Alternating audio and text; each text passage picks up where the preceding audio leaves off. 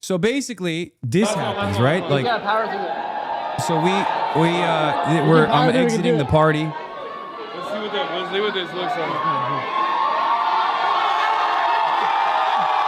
No way.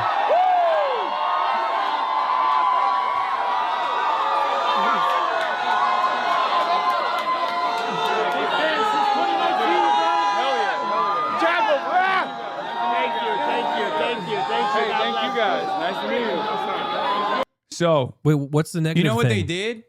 They clipped something and edited it to make it seem like I was denied entry into this event that I'm leaving after the So entire you night did is experience over. this event? Yeah, of course, dude. I was there. You just saw me in front of the fucking cameras. What are you talking about? Like, yes. So wait, so they clipped it just you leaving? They saying clipped. that you got kicked out? not leaving. Oh, they clipped it. They, yeah, I'm on the White House website too. They call me left-wing lunacy. I'm on a list on the White House, wait, but so on the what White they House clip website. exactly? Where was it? Someone must have the clip. They posted it on LSF. Yeah. Okay. They posted on LSF a completely edited video. And I don't like that they can do that. yeah, now, there by was the way. I think they changed that rule specifically for so that they can make fucking more harassment videos on me. But yeah, I was there was a VIP area upstairs, but I had a camera, so I was live streaming the entire time. So they were like, "Oh, you can't come up to the area that makes where sense. you know because you're live streaming." They clipped it to make it seem like I was denied entry Got it. into the entire event, Got it. and then they fucking brigaded it. They mass brigaded it. So. You know, here's the video. Yeah, Hasan Piker denied access. Even it went to even TMZ. You know what's crazy? What? There's a time code here. Oh. There's a time code here, and you see it skip. I do not have you for the upstairs list. Okay. Can I see your ticket tape? Oh, I'm staff. Oh, okay. Oh, okay. Okay. If you're So we can't escorted? go upstairs. I do not. But do you have this wristband? I can also just check. I got denied once for not having the right wristband. I remember this. Damn. But I can double check and just make sure on my end. More seating area. So yeah, here's the original LSO pose. Okay. Unedited. Hasan gets denied VIP seating at Zohran Mamdani election party. The unedited version obviously got 0 upvotes, but the edited version, which is now deleted, had 38,000 upvotes. Hasan gets denied Wait, VIP there's a seating. mirror. You can click the mirror. Yeah. So they fucking made an edited clip to make it seem like I was complaining about not being allowed into this fucking party. But again, this is an incredible night, right? This is a massive victory. So much fucking, you know, so much time and effort was spent on this. And it's like I'm surrounded by all these people that are, you know, friends and people who've poured their fucking hearts and souls in this goddamn campaign. It's a major upset. And that's the only thing the LSF community saw. Fuck Hasan. He got denied entry into this fucking event. You know what's funny? Yeah. I did see this headline. Yeah.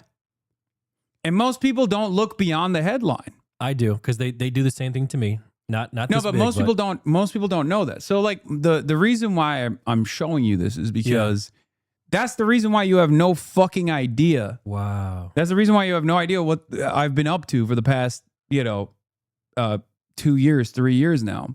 Wow. Because the only thing you hear from is LSF. If you only go to LSF, if you only go on, if you only see the same people that we all know, like Yeet and, Asmongold and all those other accounts, they show you an entirely separate reality. An entirely separate reality where it's just fucking drama. All I'm getting into is drama, where Asmongold is just like, oh, you fucking suck. Oh, he's going to prison. All this shit. This is crazy because again, it's like a simulation. It does. I'm not obviously not as near as popular as you, but I experienced the same thing on a lot smaller of a scale. Yeah. And I wonder, is it because me and you are buddies, or am I just that big of a jackass? What do you mean? Like all the clips and me getting this kind of the same little treatment,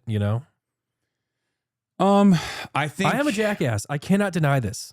I think you probably get yelled at a lot, partially because you are sympathetic to me. So that's probably because my haters are not fucking normal. Yeah, this was huge. This was a massive rally that we did, the pro-Palestine rally. Great speech, man. Thank you. I want you to welcome to the stage next Hasan Piker. Wait, what the hell? You're about to go talk to people? Do you ever get nervous to go in front of a crowd? No. There's like 10,000 people. Look, it goes all the way back down there. What the? That's gonna be. Wow. Yeah. Dude, you're out here actually doing it, bro. Yeah. God, this is why oh my God. That's why I get fucking annoyed when dumb fucks would be like, "Oh, you're just like Asmongold." No offense to you making that comparison, but that's kind of why I get annoyed with that. Well, shit. I did say I watched you both. I didn't say you were like him, because I know Zach doesn't leave his house. Well, a lot of motherfuckers do make that classic like, "Oh, these guys are the exact same." That's like a dumb guy's way of trying to sound smart. I'm above this stuff. That's crazy. Man, so you do ever do those college the debate things that I saw your old buddy doing? What's this? The college debates? Yeah. Sometimes, yeah. Oh my God. Yeah, here's Randy Fine here. You'll love this guy. I gotta Okay. get a drink. I'm with TMZ DC. How Is are that you? Randy Fine there with the hat on? It's good to see you. Nice to see you. Pretty hot today, huh? It's not so bad. It could be hotter. That's Yeah. why we're walking outside. That's true. But it's warming up, that's for sure. Hey, I was interested to Watch get. out, don't run into that. Thank you. I was interested to get your take on Hasan Piker not being allowed into England. Well, I don't think you should be allowed into America, so I think that's a good start. I'm a motherfucking American citizen. What about freedom of speech? Well, people have freedom of speech, but I think when you're a terrorist, you should be held responsible for that. And I think that he's clearly a supporter of terror. He's a walking billboard for the problem with birth tourism. He was brought here by his Turkish family. They had him, then they took him home, made him hate America, and then sent him in to torment us. The guy's a horrible human being. Oh my and I wouldn't God. let him into my country if it was up to me, so I don't blame them. Look, I mean, Have you ever talked to this guy? maybe your opinion, No. but like he's not a terrorist. He says He some would stuff never that do you it. disagree with. These And I motherfuckers think, love. like, banning They're it- like Asmongold. They love chirping behind. They love chirping behind the camera. Like the Josh Gottheimer. There's like so many politicians that have like called me a terrorist. I'm like, hey, look, you can come on the show. You can come on the show. I really want to see you talk to some of these people. I would love to. Yeah. Oh my goodness gracious. Yeah. What a life, man. What a life that you live. This is honestly to me just I couldn't do it. I really couldn't do it. Is that well-known plagiarist and neo-Nazi Brian Griffin? Is that him? There's a guy who I don't know. From Family Guy? No, this has the same name. There's a guy who lies about being Jewish, but he's like a neo-Nazi. What? Yeah. Max Nordhall. Yeah. Oh my God. Yeah. You know what? Maybe there in the future there might be a time for you and Asmon to debate, man. Or how about you guys just have like a cooking stream where you guys cook some food? I'm Make some of his $2 steaks. I am willing to talk to Asmongold. He is the one who is ducking me. I've been asking for almost. The last time we talked was when he said the thing about Palestinians. Okay. Wasn't it like 2 years ago? Yeah. Oh, you mean like talked face to face? Well, not face to face. No, on the internet. Yeah. I've seen clips like, and he agreed with like everything. He agreed with everything that I brought up because he's just not going to be able to like deny certain realities, right? Maybe you guys are closer than you think. No, because he's not sincere. Oh, so he agreed just to. Yes. Oh, yes. Man, dude, what a crazy world that we live in. I like that I just like caught you up to at least a fraction of the shit that I've done this year so far. Yeah, that's and in the process we got a bunch of Democratic Socialist Congress persons elected. And the movement is growing, and it obviously pisses off a lot of Democrats. It pisses off a lot of Republicans. They're fucking terrified by it because of what I just described to you, that they would much rather continue sitting on their asses, collecting checks, easy ass checks from these corporations, corporate lobby groups, and not place the interests of the population over the interests of corporate profits. Man. So, yeah, that's where we're at. This is crazy. But, I am glad that I stopped by. Yeah. Truly. Like, before I leave, before my flight. But this is crazy. This has been going on the whole time. Yeah, this is what's been going on this whole time. Yeah. Wow. Wow. What does that say? You never told Nick why people don't like you going to Cuba? Oh, yeah. I mean, the American government implemented a blockade so that other countries that want to trade with the Cuban government, that want to give them oil, that want to sell them oil, are not allowed to, because the American Navy will intercept them and will stop them, which is fucking crazy, right? It's a whole ass different country. Anyway, we got proper clearance from the American government to go deliver humanitarian aid, because it's illegal it's illegal under international law to deny humanitarian aid to a country, even if America wants to starve the country. So we went and we did that. When I did that, it was a wonderful experience. It was a harrowing experience. It was definitely very sad. I interviewed a bunch of people. I interviewed the foreign minister, the vice minister of foreign affairs. Like a live Not stream? live. Okay. Edited interview. I did a whole documentary on it. You can go watch it if you want. It's on my YouTube page. My friend Boy also went, but he went by way of a boat. This is my video. I went to Cuba. As we speak, there are 11 million people living 90 miles off the coastline of the United States of America and the Caribbean. Wait, how do I fucking here full screen it? For an industry. Is this Cuba? Right now, Yeah. as we speak, Those there are are old 11 cars. million people. Yeah, they don't living have any 90 new miles cars. off They the have coastline very of few new cars. the United States of America and a Caribbean island nation known as Cuba experiencing a severe crisis. Everyday life is being brought to a screeching halt. There are nationwide blackouts caused by a total collapse of the country's electrical grid. There's a shortage of food and medicine. They can't pump drinking water. Cuba has been starved of the most important resource to make modern life work: oil. For over 60 years, the United States has maintained a trade embargo against Cuba. Under the embargo, it's nearly impossible for foreign companies to invest and do business in Cuba while trading with the United States. For years, I've wanted to visit Cuba. I wanted to learn about the problems caused by the embargo. I wanted to see a socialist society in person. Last month, I took the opportunity to go as a part of a humanitarian mission to bring aid that my government won't. I'd be accompanying Progressive International alongside hundreds of others from around the world. Activists, journalists, artists, and politicians will be coming to the island by boat and plane to deliver over 40 tons of necessary supplies, food, medicine, and medical equipment. Our first stop is Miami, Florida. Is Delta United? No, it's a special plane. Oh. What? It's just Terminal G is where they said we have to go to. Oh. So yeah, they hated that. The American government is like looking for any reason that they can. Just quickly summarize. Why are we blocking all this stuff to them? What they do to us? Oh, great question. They in the past, before the Cuban Revolution happened, they were basically like a colonial outpost. We had a bunch of mobsters that owned huge assets on the island, hotels, sugar plantations, things like that. Okay. So then there was a Cuban Revolution that happened where the people fought back against this oppressive government that was aligned with the United States of America. His name is Batista. And Not the wrestler.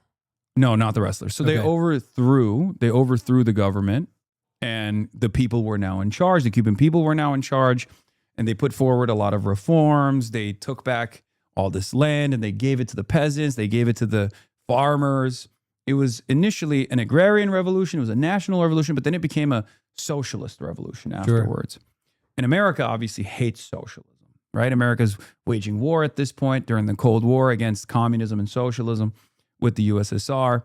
So they were like, that's unacceptable because Cuba is 90 miles off of our coastline. If they actually have a successful revolution 90 miles off of our coastline, Americans are going to get the wrong idea. Wait, 90 miles isn't very far. No. Can you see Cuba from Florida? I don't think you can, but people do literally take like dinghies back and forth sometimes. Oh my God. Yeah.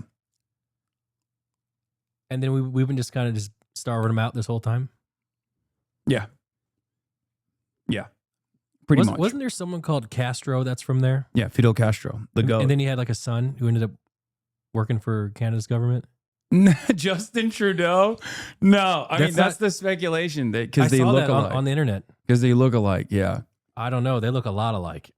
Yeah, they do a little bit but too it's much. Not. It's yeah. I mean that's speculation. But yeah. Anyway, all right. Well, Nick, God. I feel like I've sufficiently informed you. Yes, this is the perfect time, Hasan. I do have to get to the airport. Thank you so much for giving me the rundown, brother. I always appreciate it. I want you to know that I'm proud of you. I think you're doing awesome. Thank you. You've just evolved past the rest of us. You're doing this big thing. I'm cheering for you. My mom is a little bit too much cheering for you. There's no such thing. I need it. Yeah, I desperately need it. She literally, if you remember, we did that show with Ludwig and that one a long time ago. I took a picture of you in a suit and I sent it to her. Remember what her response was? I don't remember. My mom responded to me, I bet you his mother's proud of him. So she is more proud of you, Hasan, than she is of me. So you too can do things that are worthy of praise from your mom if you know. Can't. I'm too big of a jackass. If you just like read a little bit more and learn a little bit more. See, you're open-minded. That's what matters. That's the first step. You know, if I ever have, I'll just keep asking you questions and then I'll relay the message. How about that? But either way, thank you so much. And chat, it was fun. Hopefully we don't get too many hate threads from this. No, you're out of your mind. You're gonna get a lot of hate threads. They're gonna be like, Hasan shows Nick propaganda of himself or something. I don't fucking know. All right, GG's. Hasan, right. we'll see ya. Bye, Peace, brother. brother. See you around. I will take this and throw this away. Okay, See you cool. guys. All right, ladies and gentlemen. Now we're gonna get back to the news. Obviously, there's the Grand Platinum interview that took place. Ested is on with K-File.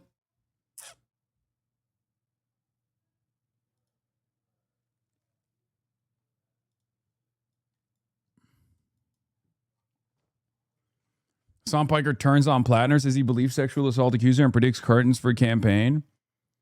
This kind of stuff makes me feel like this is a little bit of a rat fuck, but it's not. It's not. It's a real accusation. Like, it's not, but it's just like, it's a real accusation, but they are really using it. You know what I mean? Which is fair because it's a real fucking accusation. But like, holy shit, why are they like, what is this? Like, this is new. You know what I mean? This level of like immediate coverage. Like this level of immediate coverage to be like, see, everyone's doing it. He needs to leave immediately, which I agree with, but also at the same time, it's like kind of strange. Like, why the fuck would you focus on me on this issue?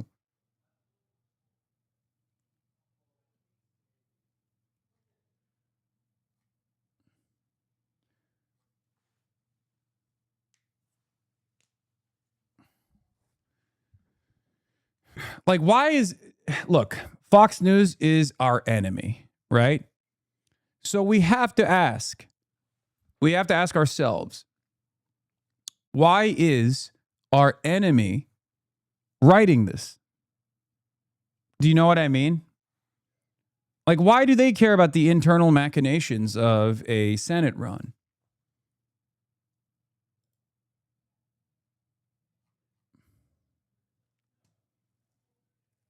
What is this? If you've lost Hasan Piker, oh my God. What? These people have such a fucking unbelievably stupid opinion of someone like myself. They just, like, they live in a totally separate planet, I think.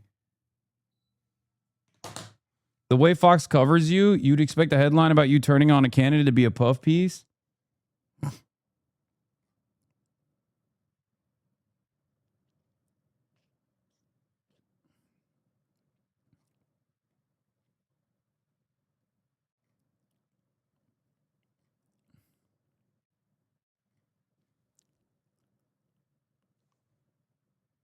Anyway, there's Plattner's accuser was on CNN. We'll take a look at the clips. Coming for.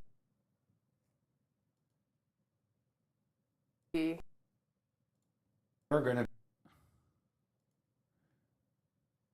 Let's take a look. You're not coming forward because you have any political motivation. No, not at all. That was actually one of the huge reasons that I didn't come forward and still struggled. Like, that was a huge moral conflict to feel like. Because you'd like a Democrat to be in the Senate. Yeah. I like the things that he speaks about. They're important. They're important to people. I'm one of those people. But at the end of the day, you feel he's not being honest. That's crazy that they unironically.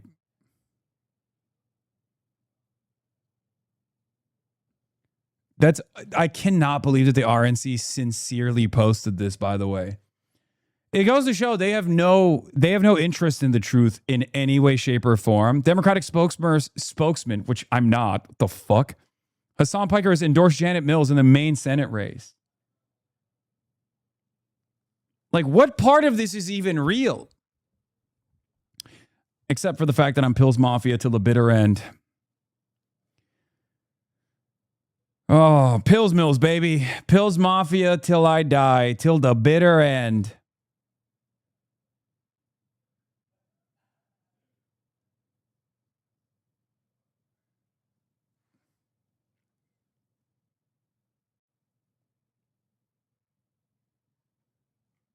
What gives?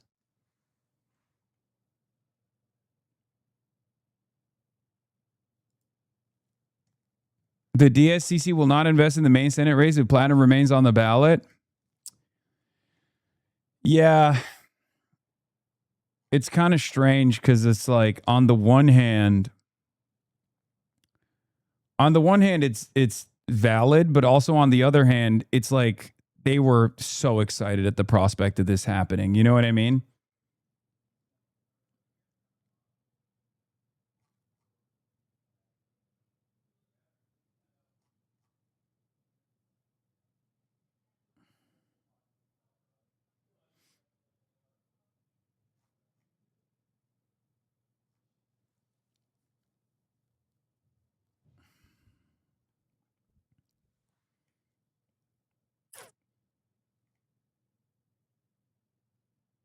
So Plattner drops out and we get a shit senator.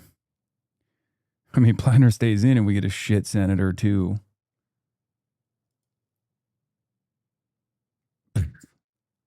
I dream of gaming every night. Every single night I fight for a gaming Gamba Souls-like stream.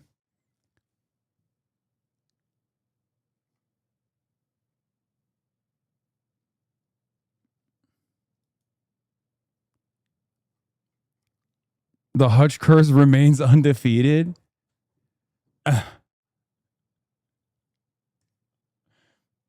That's crazy. I mean,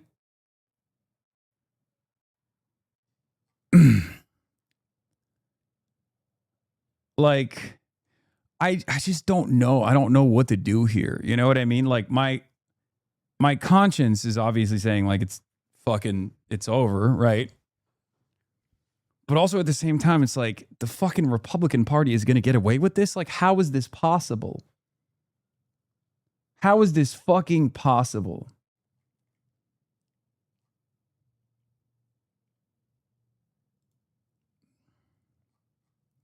Grant Plattner can be replaced on the ballot if he withdraws in the next week. If he does, Maine Democrats would face an uncertain 2-week race to choose a replacement.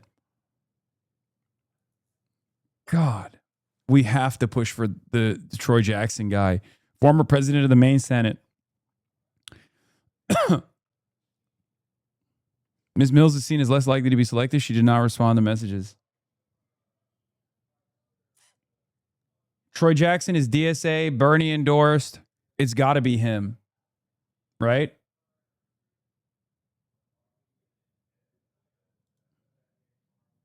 Yeah, why would Plattner seek public office knowing reporters are going to be everywhere and this crazy stuff's going to come out? Your buddies from high school, dudes you were with in the war, your exes, reporters are going to be hitting them up, or they're going to be hitting reporters up. You really thought they wouldn't find out that you're a drunk? They can't keep your hands to yourself? Arrogant, stupid fool? Yeah.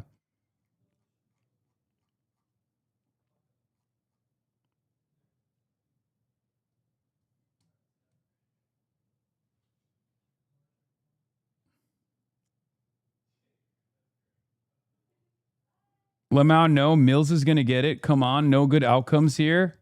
Yinzer? I hope not. I got another plan besides Troy Jackson. Miss Rachel? Okay, guys, let's be fucking serious, please.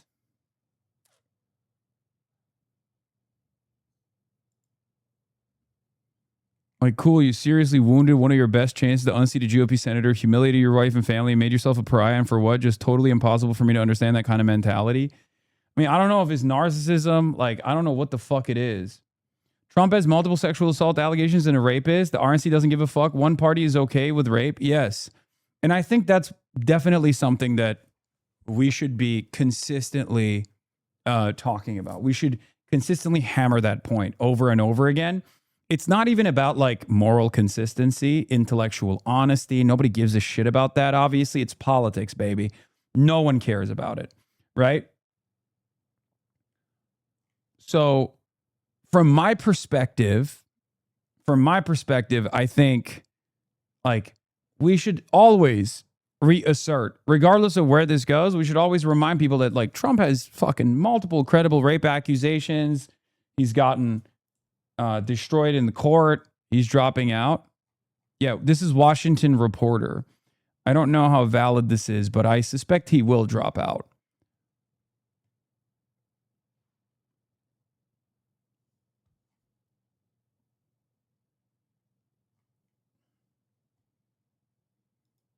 Are the main voters under the comment section? The establishment is threatened. Good, we're on the right path. It's a bit weird, the timing of this. AIPAC sounds like she just got hired. Sounds like a coordinated smear campaign. Oh my God. This is the real truc. It feels, I mean, it's too, here's the thing. It doesn't matter. It doesn't matter because it's impossible. It doesn't matter. Even if the main voter, even if a fuck ton of main voters were like, nah, I'm still riding with him, it wouldn't matter. Because it's over. There's no way out of that.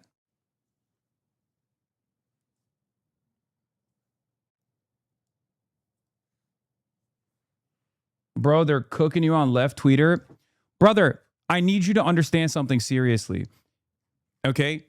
11 hammer and sickle accounts that are not even in the United States of America have no understanding. I'm on your side. It doesn't matter. Just stop even mentioning it. Stop looking at it. Stop mentioning it. These are bad empanada acolytes, okay? Who gives a fuck? Who gives a fuck what they have to say? Who cares? Who cares? And now, I suspect they are already joining forces with Epstein as well.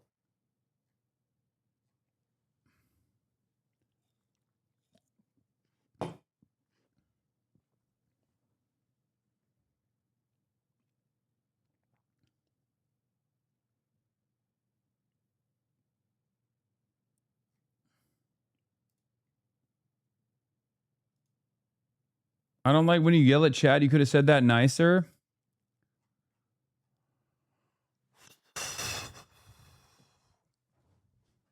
I'm going to try really hard not to be mean at you. So I'm just going to give you a minute off instead, and we're going to move on. A disturbing new report published in the last hour about Graham Plattner is shaking up the crucial U.S. Senate race in Maine. Politico has new bombshell reporting from a woman who dated Graham Plattner, who says Plattner forced her to have sex with him nearly 5 years ago, despite her repeated objections. From that reporting, the woman, a 41-year-old Maine resident named... We can't go MAGA and just brush aside rape. What the fuck? No, I'm not saying we're brushing it aside. I'm not.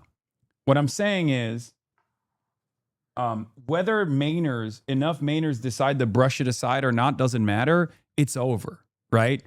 Because it'll be a far too close of a race regardless.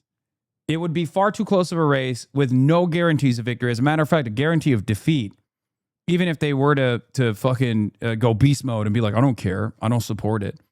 Like this could be potentially like a pivot point, a turning point for the way that maybe we misunderstand like exactly how much appetite people have for change, that they don't even give a shit, right?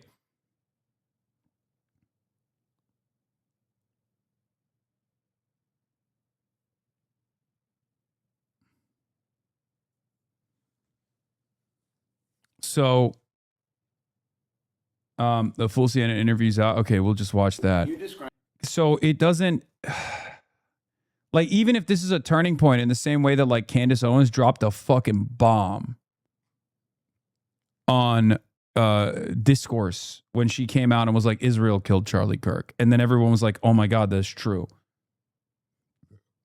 Like, even if this was a similar situation where it turns out Mainers don't give a fuck, it still doesn't matter because there's no shot he would win. Plattner is an example of both the failure of the Dem establishment to field a competent candidate and the consequences of progressive populism untethered from an organization like DSA that can responsibly vet and develop cadre candidates over years to run for office. Yeah, it's the truth of all time. It's the truth nuke. The Plattner situation is more the result of the Democratic Party trying to clear the field for Mills than anything else. There was such a demand for a progressive anti-Israel campaign that people look past the obvious flaws. Yeah.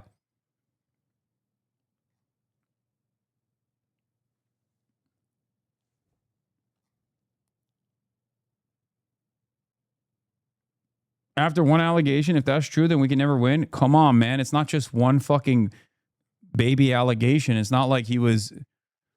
First of all, he had 1 million allegations, and there wasn't anything that reached the standard of rape until now, and that's one rape allegation, a credible rape allegation. That's, that's beyond the pale. It's totally beyond the pale.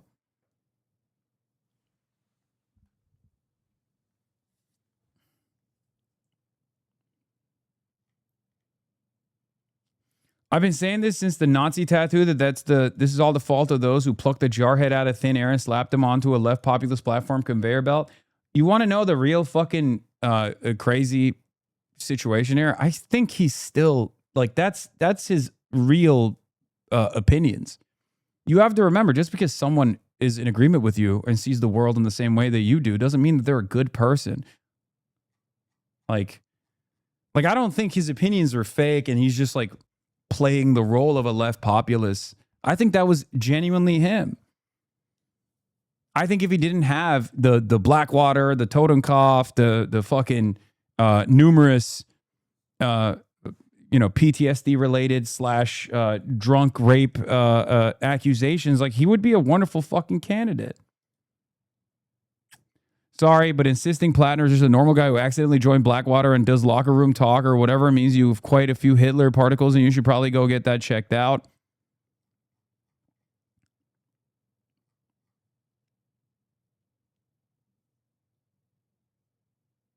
Fucking Stephen King defending Plattner.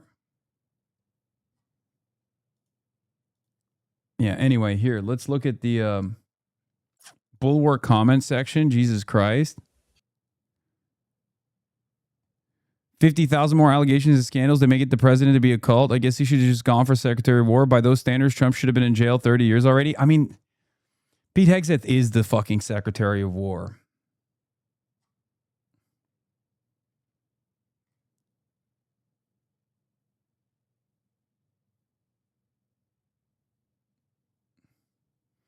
Did you by any chance listen to what FD Signifier said about Plattner? He said he didn't understand why people like you were giving him so much spotlight and making him the face of the DSA is supposed to be. I never made him the face of the DSA. That's not true. And at most, I've made the face of the DSA the actual faces of the DSA. That's not true. And I'm sure that that's not what FD Signifier said anyway.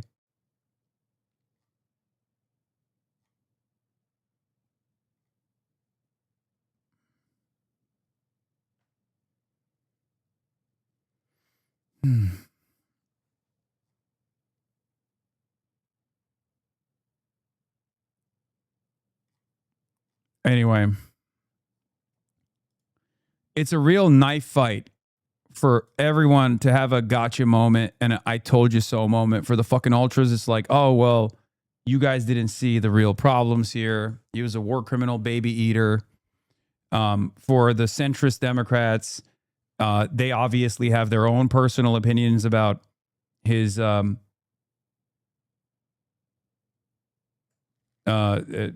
sloppyism, as they would like to call it. You know?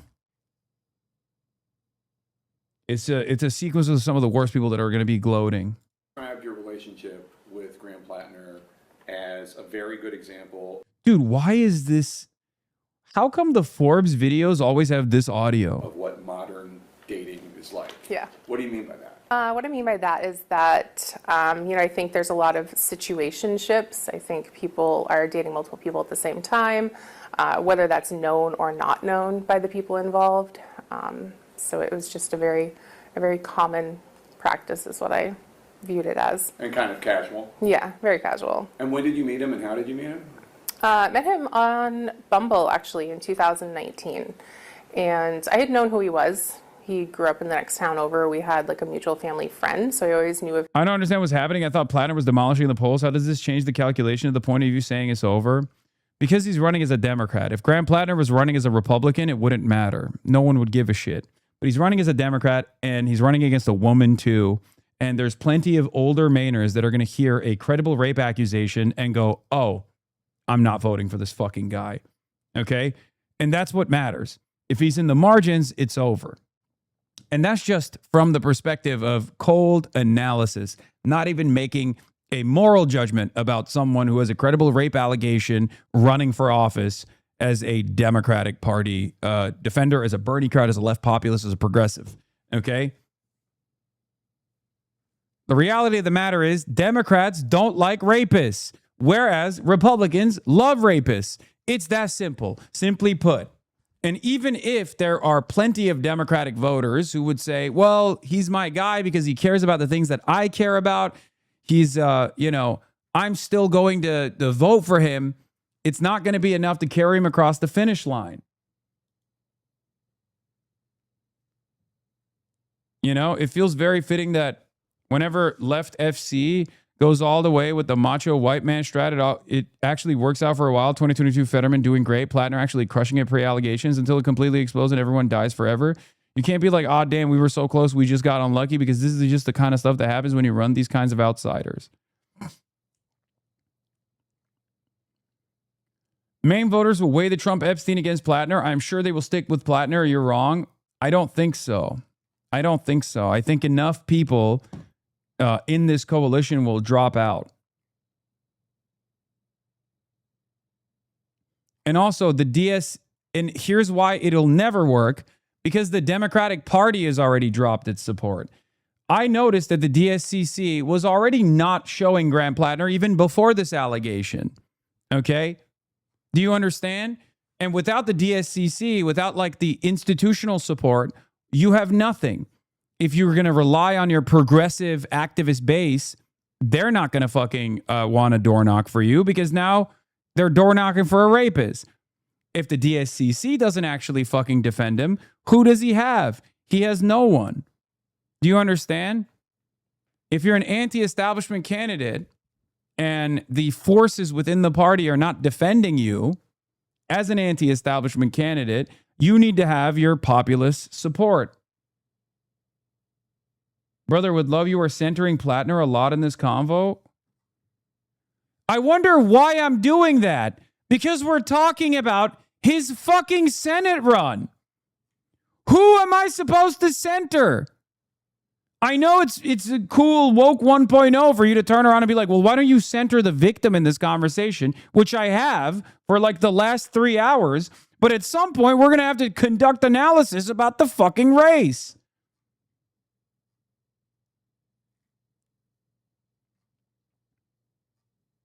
What do you mean? Go rewind and watch the conversation that took place about the victim if you want to hear that perspective.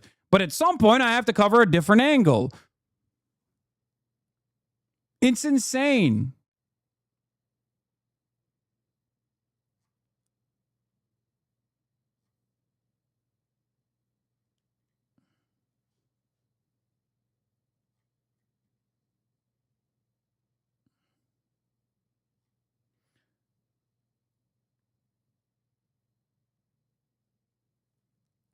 The DSCC will not invest in the Maine Senate race if Plattner remains on the ballot. It's a fucking wrap. The DSCC was already looking for any reason to pull the ripcord out.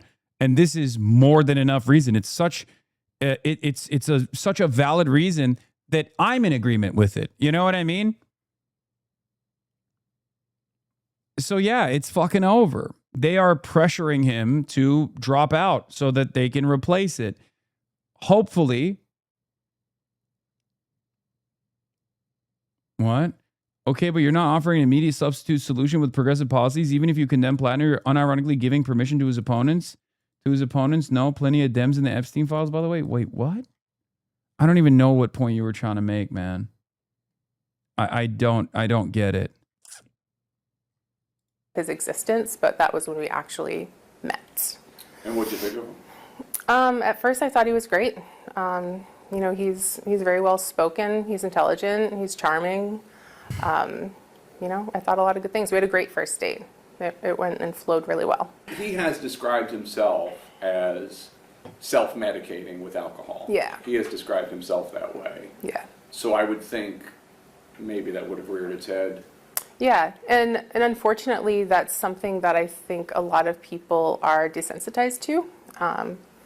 In general, heavy drinking, and especially out of the relationship that I had just come out of. So it wasn't anything abnormal to me. I remember we were out one night and he was drinking, and that's when he told me that he has PTSD. When the New York Times story came out, you were in it, but you didn't go as far in that story as you are today. Yeah. Why not? I didn't want to. I didn't want to have to violate this huge level of privacy to my own life to be able to infer that this person is not honest and trustworthy. I felt really protective of my own privacy throughout this whole process. And it got to a point where my privacy was no longer going to happen. And that was when I kind of just made the decision that, like, I'm going to say my piece and get it out there. I had tried to give the impression that something, you know, worse happened. And that's when it was like, I refused to comment further. You definitely alluded to a bad night. Yeah. So bad that you never saw him again afterwards. Yeah. But just to underline the point, you're not coming forward because you have any political motivation. No, not at all. That was actually one of the huge reasons that I didn't come forward and still struggled. Like, that was a huge moral conflict to feel like... Because you'd like a Democrat to be in the Senate. Yeah, yeah. I like the things that he speaks about. They're important. They're important to people. I'm one of those people. But at the end of the day, you feel he's not being honest. He's not being honest, no. And we should note, this is 2021 we're talking about. It's only 5 years ago. Tell me about that. When was it? It was at the end of 2021. I remember it being shortly after I moved back into my winter home, because that is where it happened. And it was a night where him and I were texting back and forth, and he had taken something that I said as an invitation. And that's not how I meant it, and I quickly clarified. And he sent a message back indicating that he would come over. And I said, no, don't come over. Like, I'm not in the mood, don't come over. And I was more stern with that message. And then I didn't hear back from him. So I thought that that meant he got the message or gave up on it or whatnot. And so like half an hour later, I heard a noise outside my door. And then he came in. He just came into my house. It was unlocked. I live in an area where you don't usually have to lock your doors. I do now. So he came in, and I realized, okay, he didn't listen. He's in my home. And yeah, that's actually a crazy take. Things are so bad in the U.S. that she was going to vote for her rapist. That's how fucking insane American politics is right now, because that's the other side. That she literally was like, I probably shouldn't come out about my credible rape accusation and maybe even might vote for my rapist because at least he's not a child rapist like the fucking president allegedly could be. American politics is now a sequence of insane decisions where on the one hand, you're like, well, do I want my rapist in office? Well, maybe he's going to be in support of Medicare for all. And he's anti-Israel, whereas the other side is also rapists, some of them defenders of child rape. So I guess we got to weigh the options, like which rape is the lesser evil.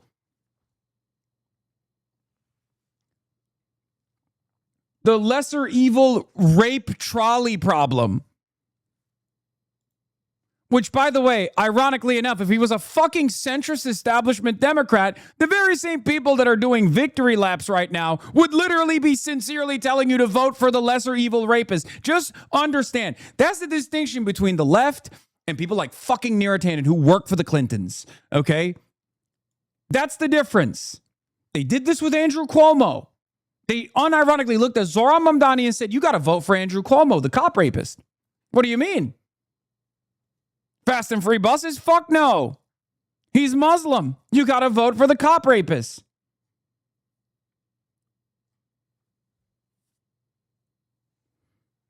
Liberals will look at you dead in the eye and tell you this is a lesser evil rapist voter, and then turn around and act all high and fucking mighty.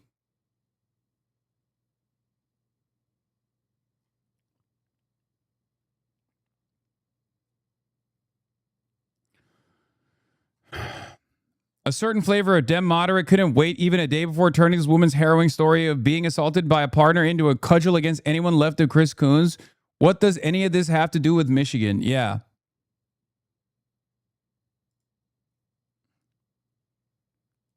They're nasty little perverted freaks, by the way. They're cynical monsters. Just remember that. I was laying on the couch. It was probably pretty late at night, and I was already ready for bed. I just wasn't in bed. And so he had kind of like jumped on top of me and indicated that he had intentions that were sexual in nature. And I remember just at first being like, hey, I'm not into this. Like, I'm not in the mood. Like, don't, whatever. And it got to the point where I was like, okay, I feel like I've said this enough times. Like, he's not listening to me or he's not hearing me. And I looked at him and I remember this very specific look in his eyes. And I could smell alcohol and I was like, this is different. He is heavily intoxicated. Like, and that blank stare was kind of like a photographic memory that I still have of that night. And his... that was me recognizing what the situation was. And this wasn't just like, oh, hey, somebody showed up and I'm going to tell him to go home. Like, he was heavily intoxicated, had intentions with me, and wasn't listening when I said no. And you were saying, no, don't, over and over. I remember, you know, obviously I've had to recall a lot of this. This is something that I tried for many years to forget. And so small details, you know, might get past me, but yes, I remember very specifically saying, I'm not into this. In my message previously, I had told him I had had an old back injury, and I remember saying, like, yeah, Neera has officially won. She's the world historic goat of shamelessness, absolutely untoppable, the Michael Jordan of her craft. Say what you will, but the establishment of Vets Canada is you worked for Bill Clinton.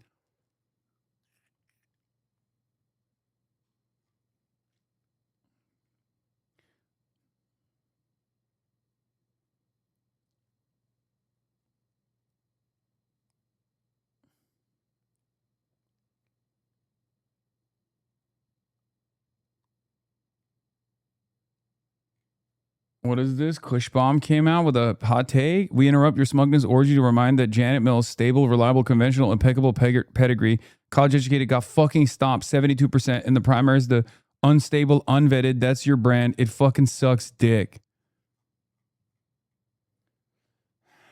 It's true. God, people fucking hate the Democratic establishment.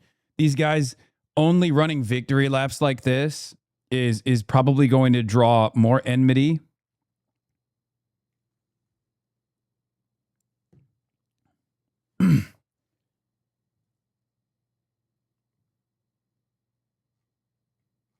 It's just crazy that they're like, they think they have any leg to fucking stand on. I mean, yeah, Jake Tapper, this is his moment too. Fetterman calls Bernie to apologize. Oh, fuck you, John Fetterman, you fucking animal. Like, I'm not in this. I've had a long day. My back hurts. Like I was in that kind of mood, like the leave me alone mood.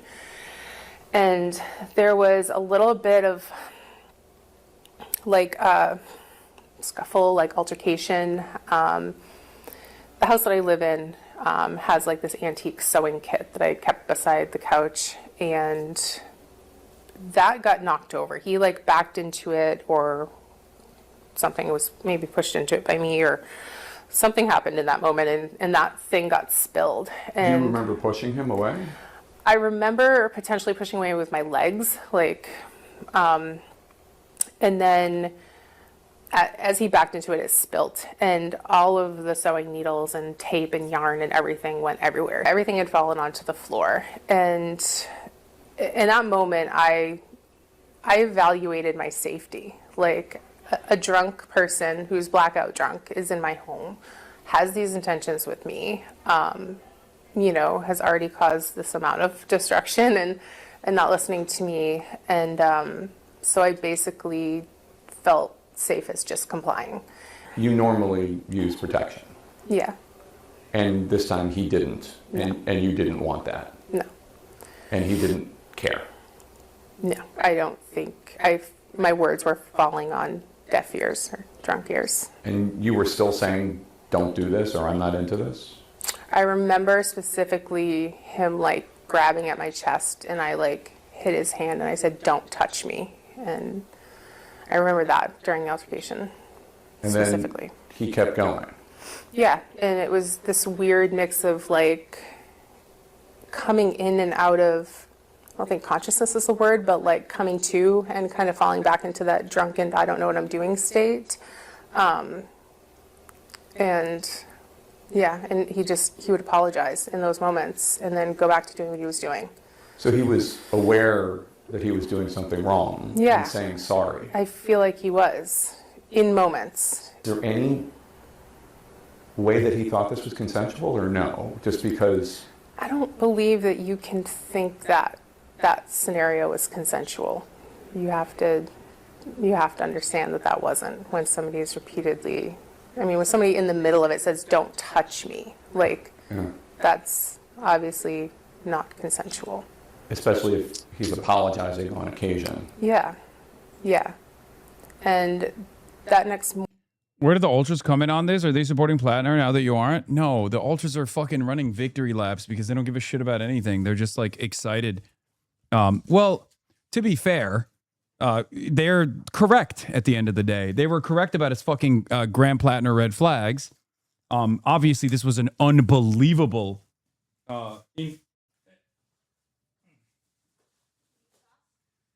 Whether their analysis was based on, no, I'm good, thank you. Whether their analysis was based on, mischaracterizations or exaggerations, doesn't matter. At the end of the day, Graham Plattner is credibly accused of rape. And these guys fucking hated him. Even if they landed on it because they hate every single veteran or whatever the fuck, it doesn't matter. They were right about Graham Plattner. Their overemphasis on his red flags, or their hyper focus on, or their channeling of like Israeli propaganda at times doesn't mean anything, because it's the same as like Jake Tapper and all these other fucking dipshits.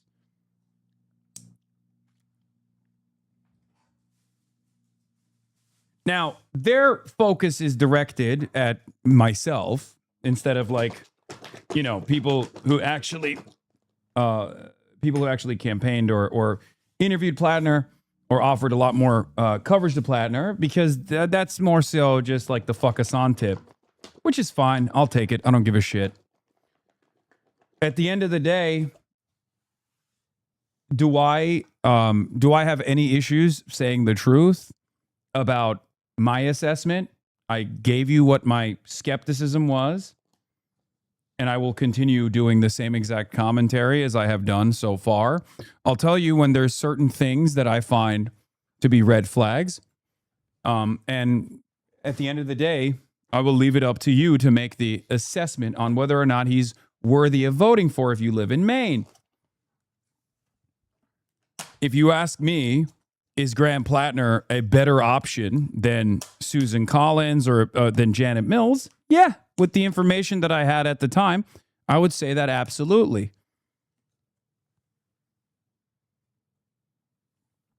Will you still interview Plattner? Buddy, it was Plattner that did not want the interview. Do I miss the Denver torta? I do.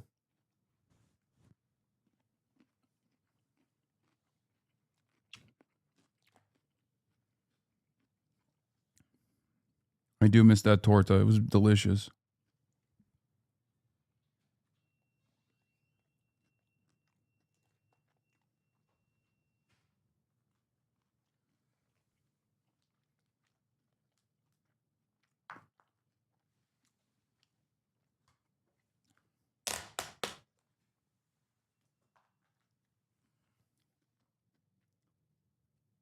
Warning.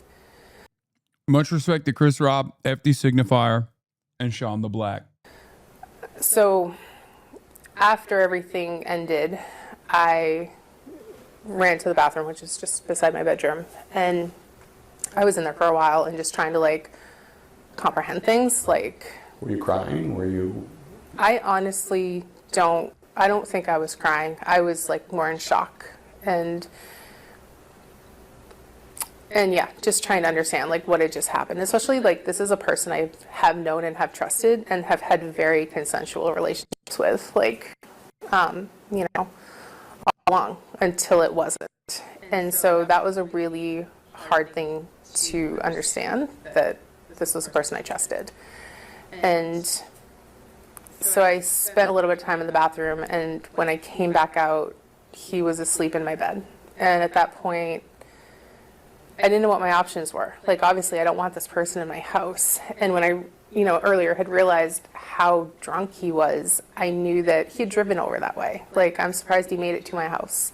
And if I woke him up and sent him home, like, I am now making the decision to put somebody that drunk on the road. And The echoes from their end, not mine. I didn't want to live with the fact that, like, if he got into an accident or hurt somebody else.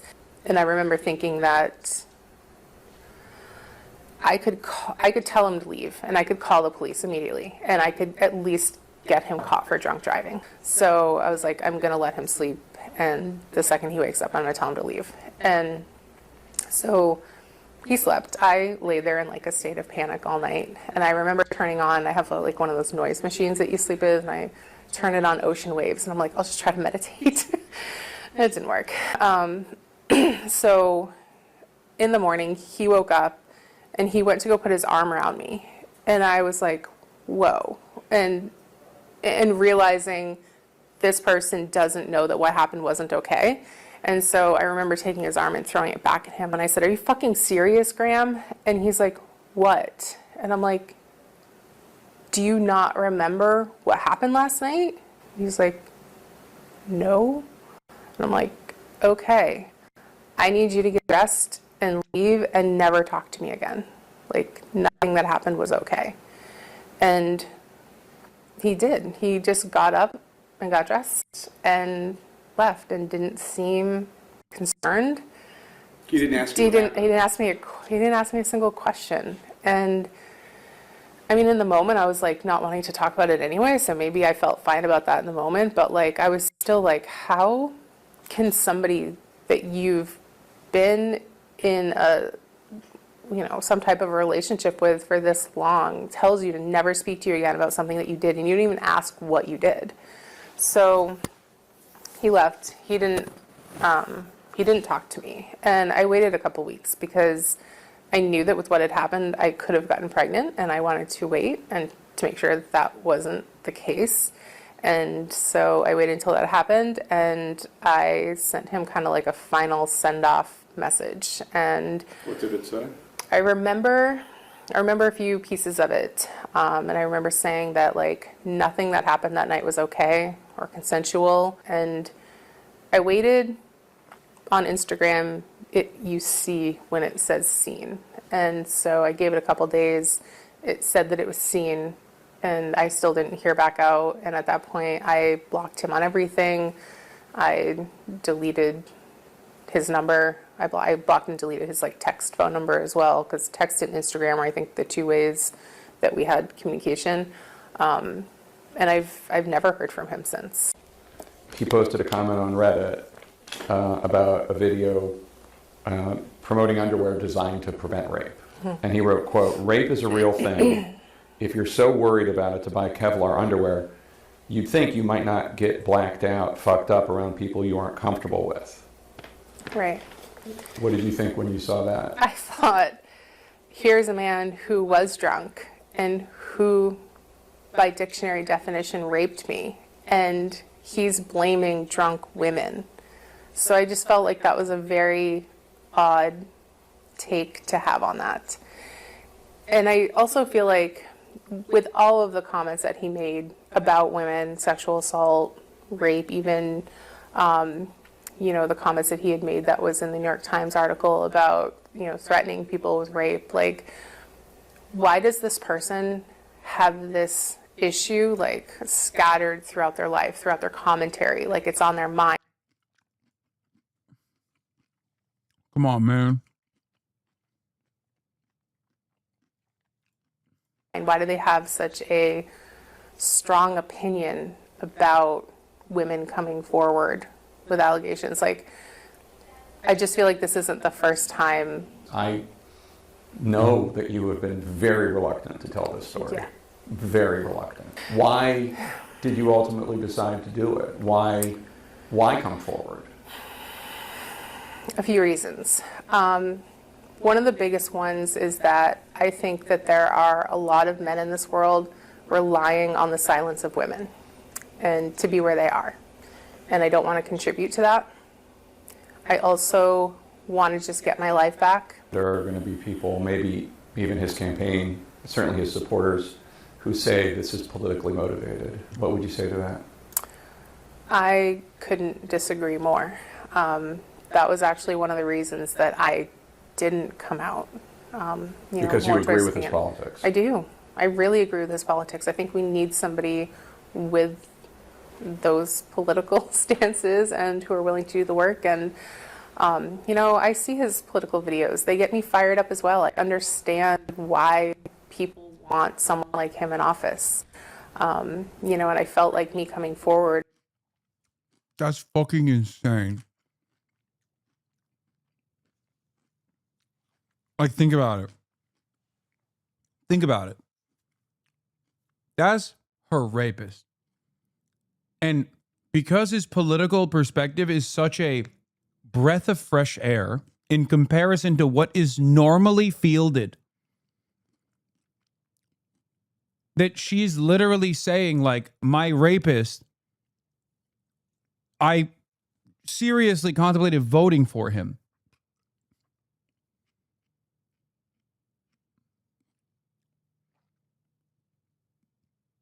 This is what I was saying earlier. It's like lesser evil rapist is the choice people are being forced to make now.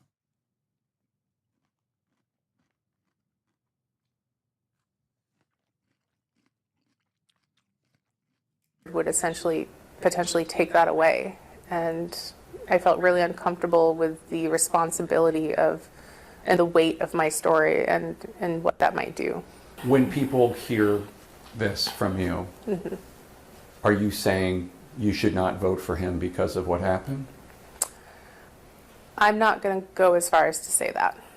I'm just here to tell my story, to give a clearer picture of who he is and the type of past that he has. And I just think it's fair to the democratic process to let people know who they're voting for. This has obviously been very difficult for you to talk about for 5 years. And even when you're telling the story, you don't use the word. Yeah. So let me just be, and I apologize, let me be as direct as I can. Did Graham Plattner rape you? By definition, yes. Absolutely. Because he had non-consensual sex with you. Yeah. Forced himself on you. Even after you had told him no and fought him off. Yeah. He violated multiple layers of consent that night by coming into my home when I asked him not to, and by advancing on me when I told him not to, and furthermore, another incident that I had told him not to do. And with protection. yeah. So, yeah. By the way that my nervous system reacted to this experience, absolutely. There are going to be Democrats who say, I believe you, but I don't care. Yeah. I'm going to vote for him anyway. Because we need a progressive voice. Jake.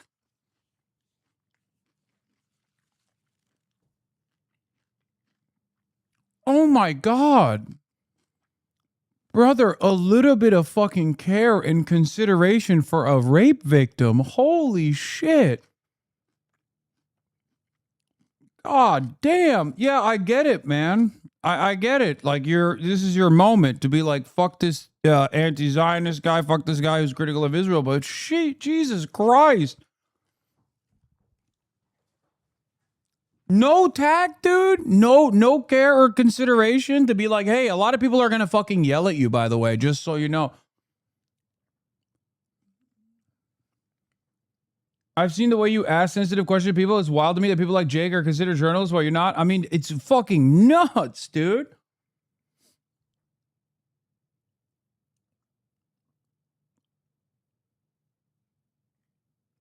Jesus Christ.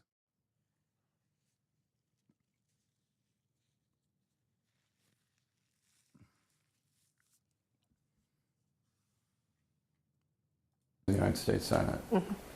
Are you going to be okay with that? Are you going to be able to handle that? I'm not saying it's the right answer or the right response, but No.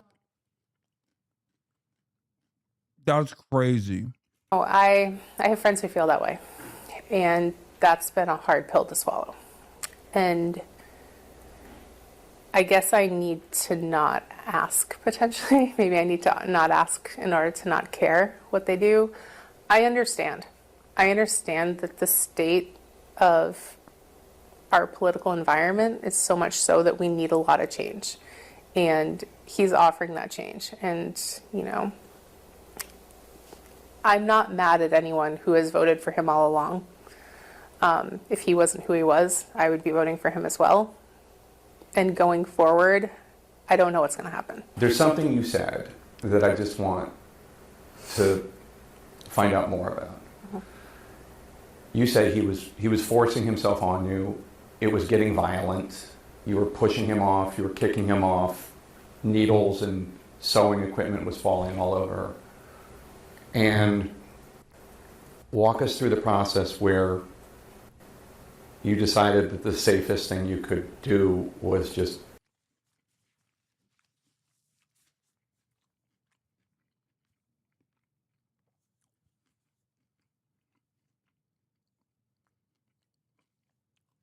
Am I being crazy, or is this not very sensitive at all? Like the way he's dealing with this very delicate and very traumatic situation.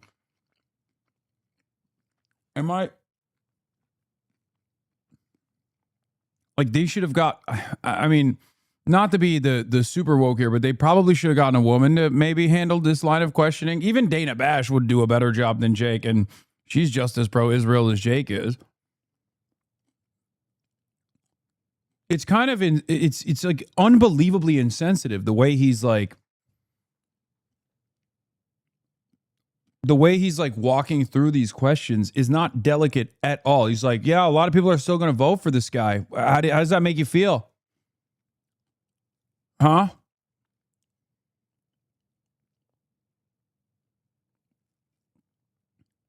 Here are all of the visual graphic details of your worst night ever that took place. I'm going to walk you through it again.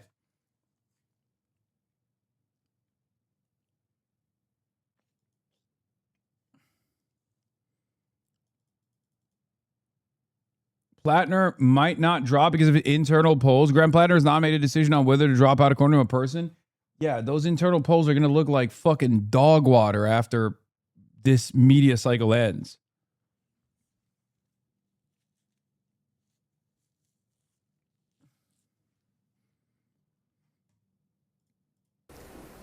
let him rape you. Yeah, I had never been in that situation before, and I remember it being an instant where I had recognized that he wasn't listening to me. It wasn't just that he wasn't hearing me or whatnot. And then I recognized his level of intoxication, and I knew in that moment I wasn't safe. And I don't think I was safe to physically fight back. He's big, he's strong. And I just had to evaluate my safety and come up with the least worst outcome to this situation.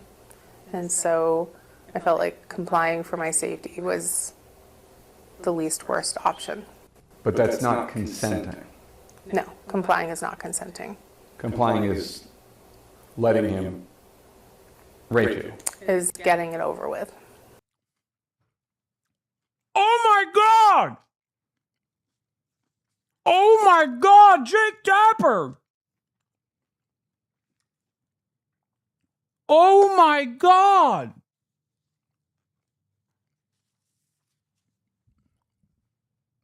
I have never seen a rape victim be interviewed in such a gross manner. What the fuck?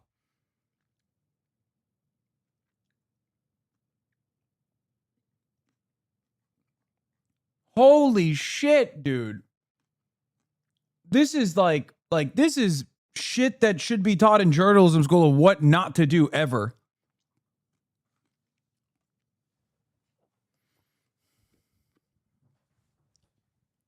I can't tell if he's like trying to actively get tears out of her or something. Like, I don't.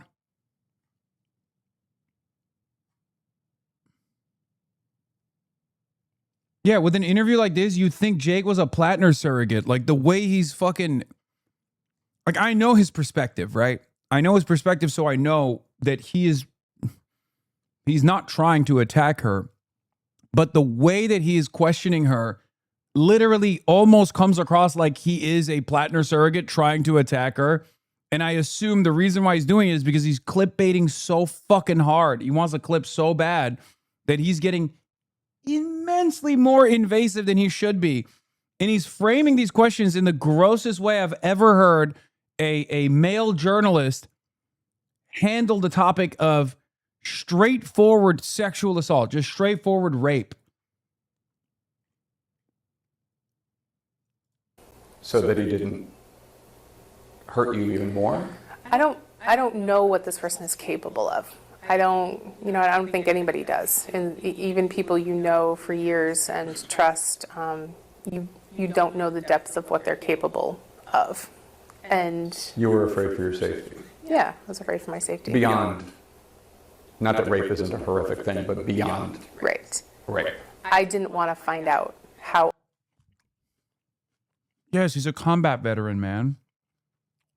A drunk combat veteran who broke into her fucking house. Like, what the fuck? I guess he's just trying to get her to say, like, yes, I was scared for my life. But it is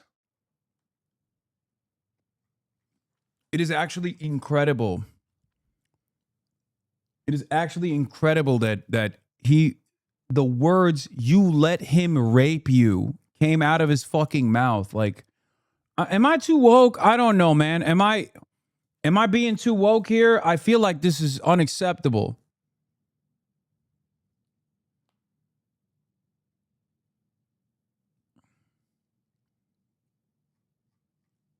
Like, he dropped it twice, not once. This is going to sound crazy, but I think he's trying to make Plattner sound worse. Yeah, I mean, he's already maximum bad. But it's just crazy that, like, there's a center called DART that teaches trauma-informed journalism. This is going against everything they stand for. Yeah.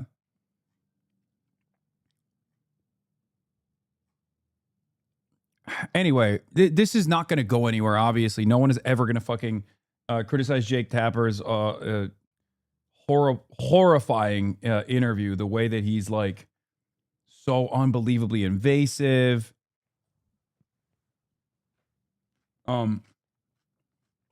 His career is set. especially after the Ellison purchase. But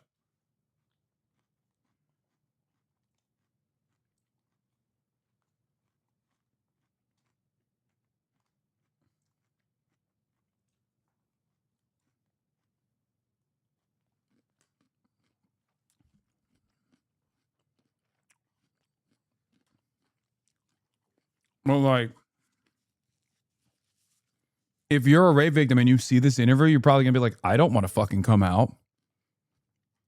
That's nuts. I mean, even if you don't care about the individual that you're doing this like invasive line of questioning on and potentially re-traumatizing, this is literally like a warning sign to virtually every potential rape victim to never say anything, because she's handling it with a lot more grace and a lot better than most people would. Certainly I would.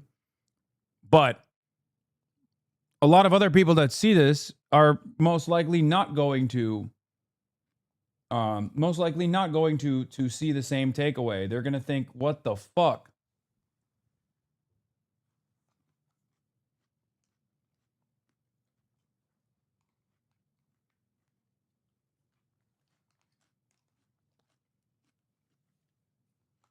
Horrible. Unsafe I could get that night, or how harmed I could be that night. I know this is probably one of the toughest things you've had to do in your life, so I just want to thank you for trusting us and sitting down with us. Yeah, thank you. I appreciate you guys being here to do this and to help share these stories very kindly and delicately. Okay, if you say so. Definitely not very delicately and kindly.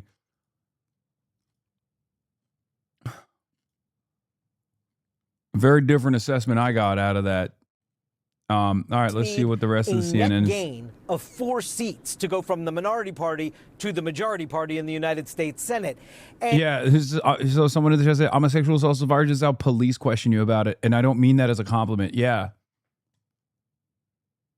Collins, the Republican incumbent, is the only Republican running for re-election in a state that Kamala Harris won in 2024. So this is supposed to be one of the top-tier targets to have Democrats start making their build towards the potential 4 flips that they would need as a net gain to win the majority. Without Maine, if Susan Collins is to win re-election here, this becomes a much, much tougher climb for Democrats to win the majority. David Jellian, thanks very much. Just ahead, what our political team. Your political strategy is either a failure or purposely misleading. It's sad that you will never, ever feel the consequences of that failure. Are you talking to me? You're fed, bro. Americans getting treats, nobody else getting anything. Do you ever think that people just don't care about sound argument anymore? You're going to get more people on your side? Does YouTube notify you of threats people post? 53-month subscriber. First starts noticing people saying hateful things about me, then becomes the hateful person. Classic story. Went from seeing negative videos about me to believing the things that they saw in the negative videos and becoming the person. Incredible. So bizarre.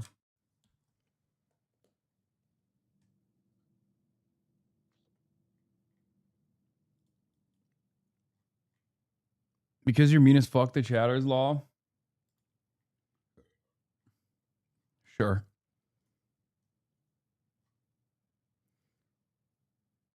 I would love for you to hear people out a little more. Out of context chats. Okay, you said your political strategy is either a failure or purposely misleading. It's sad that you will never feel the consequences of that failure. What is the out of context over there? Ukraine Stonlock person DM'd on Discord. Seems to have not been around the past few days. Willing to give the benefit of the doubt. They're caught arguing with this shit again. Easy perma.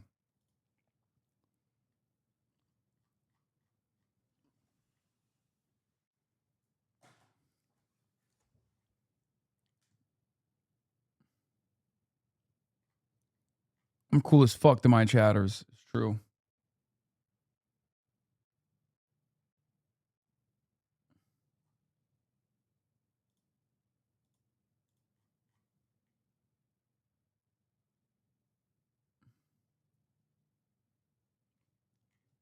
from 2024 to 2025, they used to be normal.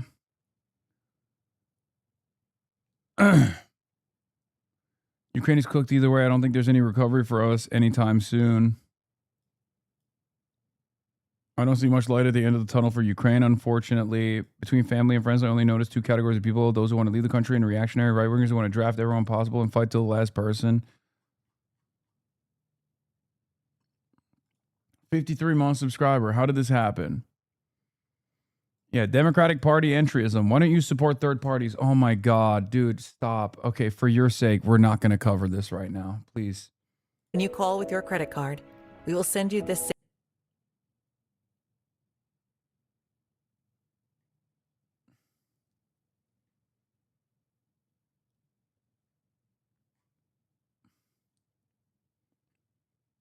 If Plattner drops out, a well-placed source inside the main Democratic Party is considering running a second state convention, nominating delegates, and having the delegates elect the new Democratic Senate candidate.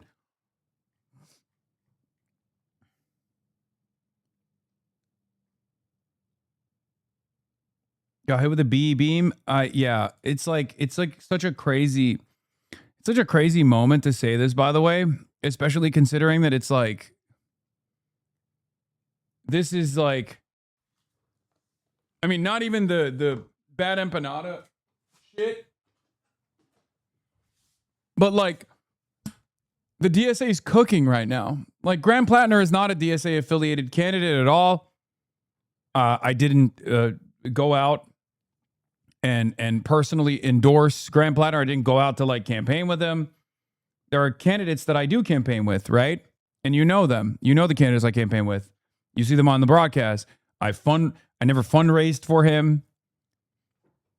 They wouldn't even grant me an interview, to be fair, which I wanted to early on. After they saw some of my scrutiny, they shied away from it. I talked about it.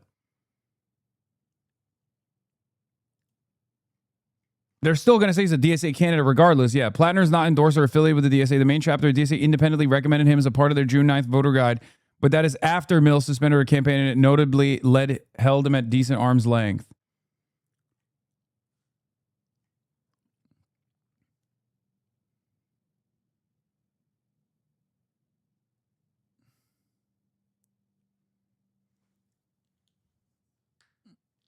If you were to say, oh, you have defended the principle of saying that not all vets are fucking baby killers or we should be treating them in the same way, then yeah, I still defend those principles.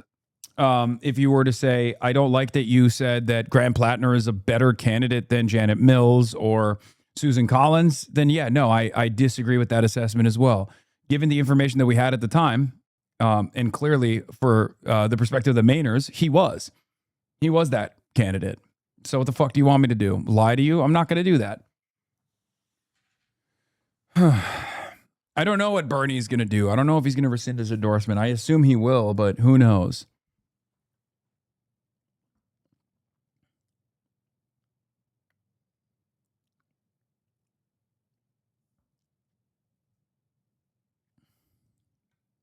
In the detail she has and the way that she has and is making it up. I mean, her statements are completely credible, and it is incumbent on everyone to believe what she is saying, and it is incumbent on Graham Plattner to get out of this race immediately, and then I hope he is prosecuted to the fullest extent of the Maine law. And Alyssa, based on what you've seen, do you think the response so far to this is markedly different than previous? It is markedly different. You know, a number of prominent Democrats have asked for him to step aside, but I want to know why. I knew the first accuser, who did not accuse him of sexual assault, but of domestic violence that came forward in the New York Times.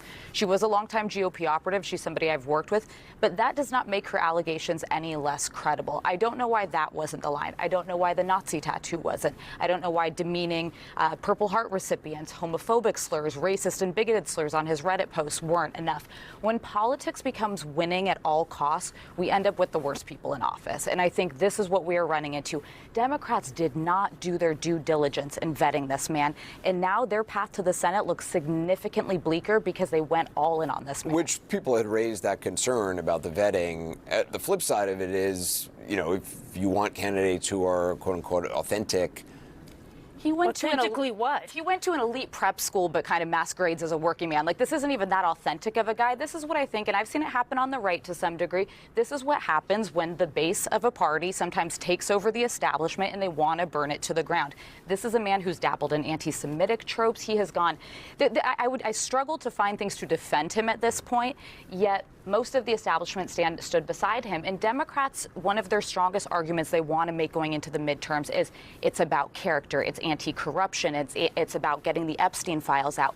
When you're standing by a man who's been accused of these things, you can't make that case as credibly. Scott, if Plattner does decide to step aside, do you think the main Democratic Party will be able to nominate someone new without alienating former Plattner supporters? How do you see it? Well, that's a great question, because it's something that Alyssa said. I agree, by the way, with everything Alyssa said. She raised all the correct issues and said this is what they had signed on to. The only thing I disagree with is when she said that he hadn't been vetted. No, he had been vetted. All of the things that have been stated, it was all out in the public. And people like Ro Khanna, Bernie Sanders, Elizabeth Warren, Tim Walz, the Bulwark, Pod Save America, all these people came together to overlook it all, to explain it all, to rationalize it all. He was vetted. People knew all these things. And a whole bunch of Democrats in Maine showed up and voted for him anyway. And a bunch of donors from around the country sent him money anyway. I agree with Alyssa's question. What changed? Why are you bailing on Graham Plattner now? You already signed off on Nazi tattoo, a self-described communist, somebody who's had rape fantasies, somebody who has been on a social media platform known as a playground for predators, and on and on and on and on and on. And the difference between this accuser and the previous one is simply this. She's a liberal. It's okay, I guess, for Democrats that their candidates assault conservatives. But he broke into someone's house and apparently, according to her, raped her. And because her politics are correct, they can now believe it. All of this whole thing is disgusting. But to say that they hadn't vetted him or that they didn't know about all this is totally false. They knew it and they signed up for it. And I don't know why they're backing away from this scumbag today when they had already signed off on all that other crazy behavior. Christine, what do you say to that? I mean, look, there's not a lot to defend in this scenario in Maine right now. You know, I'd like to think that they didn't do a good vetting, right? I'd like to think that folks didn't know all of this in the way that Scott said, that things came out as revelations as it moved forward. You know, the kind of looking back on this very, very soon, I hope will give us the answers to that question I about hate this piece whether of shit. there was vetting and how deep Scott it was. Jennings. But, you know, You're a Trump supporter, man. You're a Trump supporter. You're a fucking Trump supporter. What are you talking about? Oh my God, I can't believe he did a rape. Like, what do you, oh, really? I can't believe you support Trump. The fuck do you mean? You're an Epstein affiliate defender. The fuck is this bullshit? Yeah, calls for Plattner to drop from Schumer, Gillibrand, Warren, Slotkin, Kelly, Booker, Schiff, Ro Khanna, Gallego, Markey, DSCC, Vote Vets, and Citizens United, Senate Majority PAC. Everyone's calling for him to drop out. Plattner aid list items, list terms for dropping out. If he was to step down, it would only be a guarantee of being replaced by a candidate who believes the true values and vision and policy agenda the campaign Maine voted for. Oh no, people are going to say he's in no position to make these, oh God, I hope the fucking, I mean, I know what he's trying to do and I don't disagree with this. I think it's the right thing to do. It's the Democratic thing to do. But it's just the DNC is going to fucking use this as an opportunity to be like, fuck you. You don't get to have a say on here. You're a rapist. Oh, no. Dems are going to do everything in their fucking power to make sure that there isn't a fucking anti-Zionist in that position, a pro-Medicare for all guy in that position. There's no shot. Some context regarding this. The ambitious corner-cutting Bernie crap political strategists cracking up when asked how they vetted Plattner have a history of unprincipled, reckless rush recruitment and campaigning, the dangers of left slopulism. Yeah, I don't care about left slopulism, okay? I don't know how these guys found Graham Plattner. Like, I think that there were plenty of fucking red flags, including the chest tattoo. That should have been enough for them to see, because it was on his Instagram page.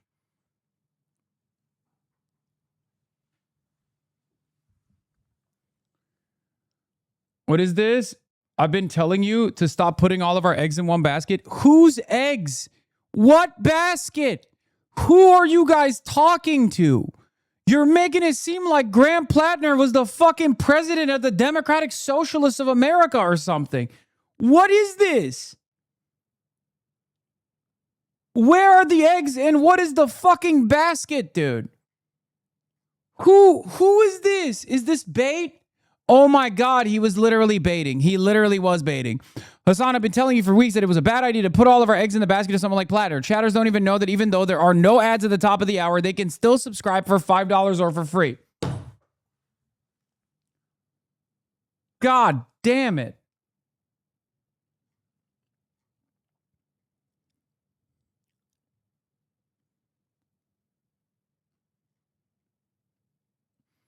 There are so many blue-collar progressives out there. There was really no need to settle on this guy. Okay, guys, I need you to understand something. You get a fucking combat vet with that background. This is, you know, there's a likelihood that this could happen, okay? Not to say all combat vets are like this, right? But yeah, you get a guy who's not, who hasn't like spent every waking moment at the age of 7 running for president. And yes, of course, I just didn't think it would be this fucking bad.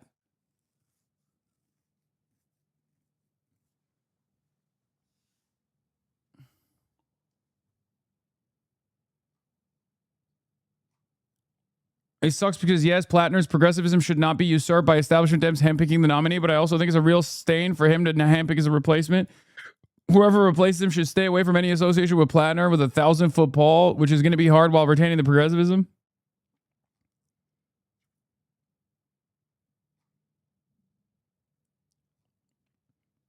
There's something really funny about this, by the way. There's people going like, has Hasan endorsed a communist yet? And it's like, dog,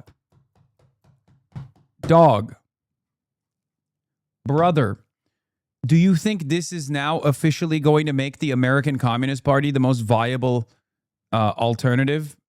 At a time when a non-DSA affiliated candidate who's a left populist has been outed as a rapist that has nothing to do with the DSA at all. Like, what does that have to do with what we have been doing? What does that have to do with what we've been doing?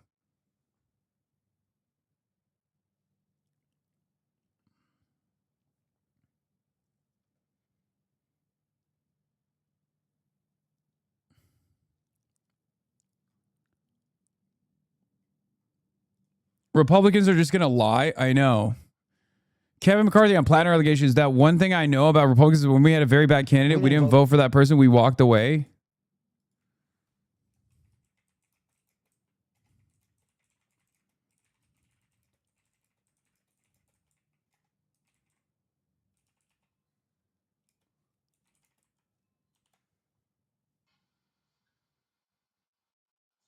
Doors open.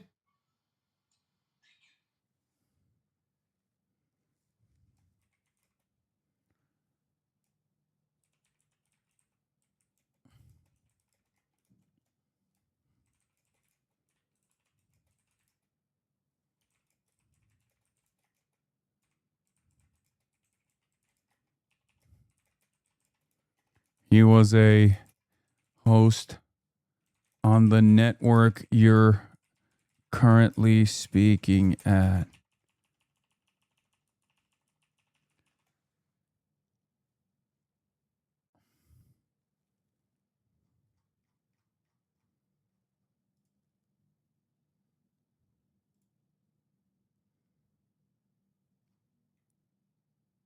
Like, what planet are these fucking guys on, dude?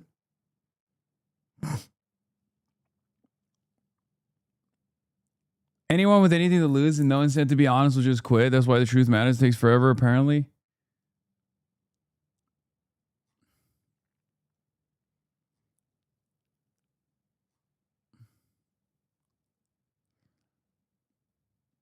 Dennis Hastert is the longest running Speaker of the House, and he was a out and about pedophile. Prolific pedophile. Like, we can't, the pedo games is not, it only goes in one way. It only goes in one direction, and it's the Republican grand old pedophile party. Get the fuck out of here, dude. Troy Jackson is someone who has spent his life standing up for these progressive values. The movement is about standing for Medicare for all, opposing foreign wars, and getting money out of politics. Wokeism on CNN. This idea that it's far left for us to have some form. Hold on. I'm not in the mood for that right now. Yeah, it's all pedo rapist admin. It's fucking nuts that they're doing this. Currency, as you probably have heard, President Trump raked in 630. Yeah, and the fucking administration.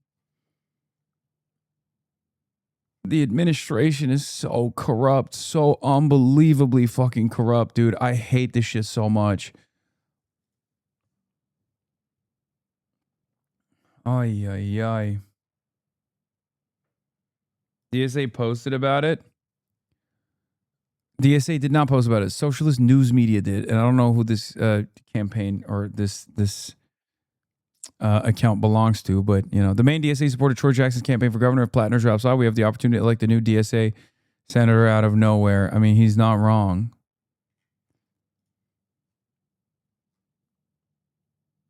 Abdul also weighed in. Yes, he said, credible allegations of sexual assault cannot be ignored. Voters in Maine deserve a choice for U.S. Senate that doesn't force them to make a moral compromise between sexual violence and corporate servitude.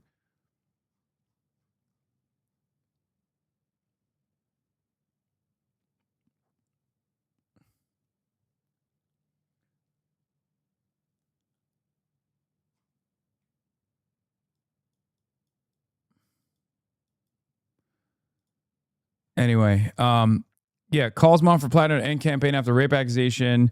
Graham Plattner, a Democratic nominee for Senate for Maine, said he was taking time to reflect on his political path forward as his support was swiftly eroded after a woman accused him of rape. In a video posted on social media, Plattner called the account false, even as he acknowledged the threat it posed to his candidacy in a tight race that could determine the control of the Senate in November. Regardless of the inaccuracy of the reporting, but mindful of political reality it will inflict, we are taking the time to reflect on a best path forward. It was not immediately clear whether Mr. Plattner intended to continue his campaign against Senator Susan Collins, a Maine Republican. He has until July 13th to withdraw from the race, and if he does, the state Democratic Party has until July 27th to replace him on the ticket, according to Maine state law. The leadership of the state party urged him to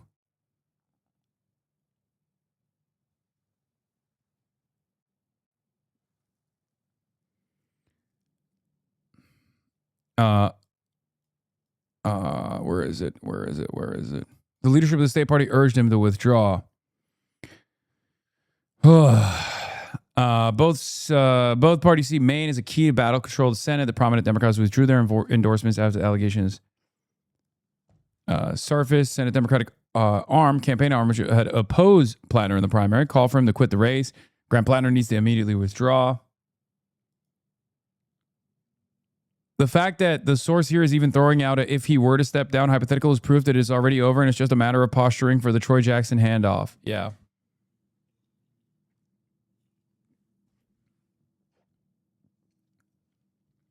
Any chance it's all fake? No. Dude. In order for this to be a fake allegation, this random lady would have had to have hooked up with a random guy in 2021 and would have literally backpocketed a false accusation of rape from 2021 against a fucking random oyster fisherman, PTSD having combat veteran. Okay. With the hopes of maybe one day, and told her friends at the time, told her therapist, with the hopes that one day that oyster fisherman could fucking run for office, become a nationally prominent campaign that would hold the entire Senate majority in his candidacy. And that she would be like, finally, my time is now. I'm going to reveal this information right before the fucking deadline, right before the deadline to swap out a candidate. That is fucking insane. Like, that's not real. That just doesn't happen. Okay. That's insane. That's an insane world to exist in. Of course, that's not what happened. Lol, I hate to be the proof guy, but damn, you're popping off on allegations with no proof. What do you mean proof? I just gave you the proof. In order for an allegation to be credible, you have to look at conversations that that person has potentially had with others in that same time frame. This is a random guy at this point in 2021. Yes, and her therapist. What the fuck are you talking about? I like Troy Jackson and would prefer he be the candidate, but there are at least 3 distinct possible weaknesses for him. 1, he's not an outsider who's been in state politics since 2002. Over a decade ago, he was anti-gay marriage and anti-choice when Susan Collins was pro both. He campaigned closely with Plattner. I mean, that doesn't mean anything. Yeah, Republicans hate Grant Plattner for assaulting an adult. Okay, that's kind of dark, but it's true. It's kind of dark, but it's also true. That's probably the reason why they're so mad.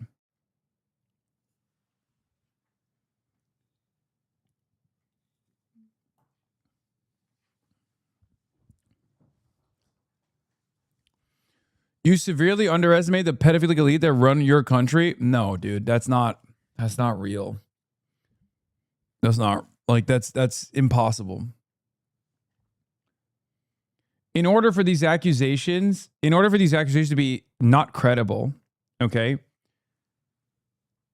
she would have had to concoct a private correspondence, like whip up a private correspondence with a second person, okay, that she has no evidence for, which, as far as I understand, she does, okay, or that Politico specifically clip-chipped the conversation where she literally says, she literally straight up says he's consensually ambiguous or whatever, right? And there would have been no conversation with her therapist at all back at that point, but only recently did she reveal to her therapist that, like, this was a real incident or something. It's just like all of the information, consensually careless is what she said.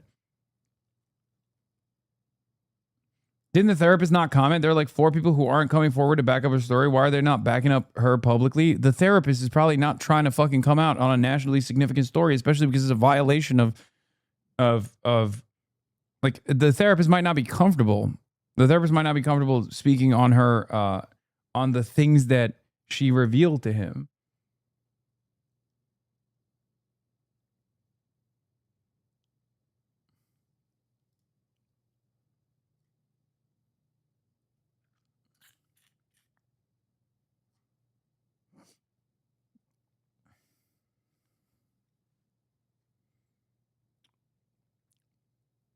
Yeah, you're forgetting that she told a third person that she dated after Plattner, and that third person also corroborated that aspect of Politico. Exactly.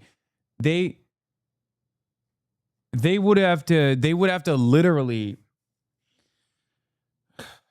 they would have to have concocted, like, they would have had to like coach her and find a third party to say yes to it. Like, it's an impossible scenario. It's an unbelievably sophisticated psyop that is virtually impossible. The much more likely outcome is that this is a credible accusation of rape. No, it's not. Yes, it is. There are contemporaneous documents from a therapist and text message conversations with third parties. What are you talking about?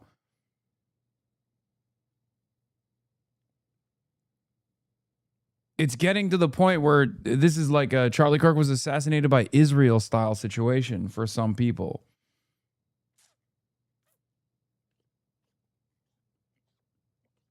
You know, not the...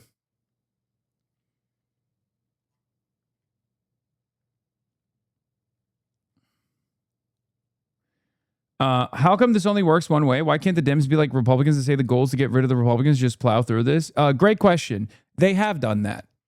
And they will continue doing that, just not for Graham Plattner, because Graham Plattner was someone that they wanted to get rid of regardless. So he doesn't even have the DSCC backing. They have done that. I mean, Bill Clinton, right?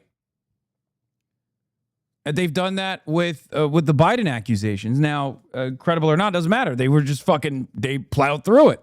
It didn't matter for them.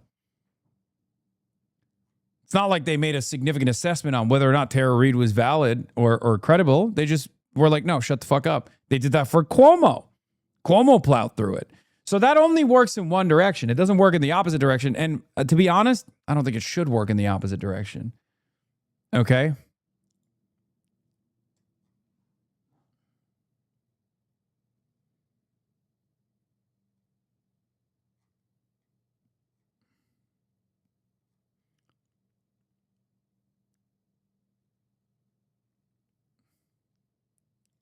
Yeah, at bare minimum, contemporaneous conversations about alleged rape is enough to establish probable cause to charge someone for rape.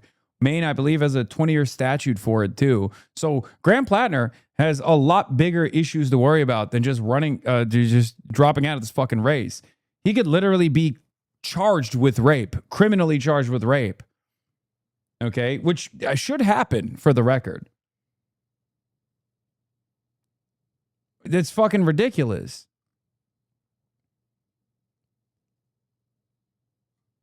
So, yeah, anyone who's subject to that should be instantly disqualified from political office, full stop, is you know.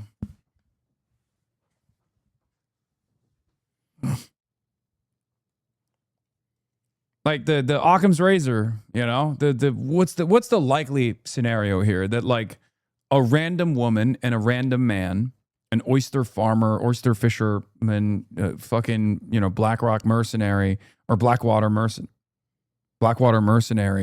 got together and had a night of consensual sex, and then the woman decided, ooh, one day he might fucking run for office, and I'll just like lie about it in 2021, years prior to any sort of investment whatsoever into Graham Plattner running for office.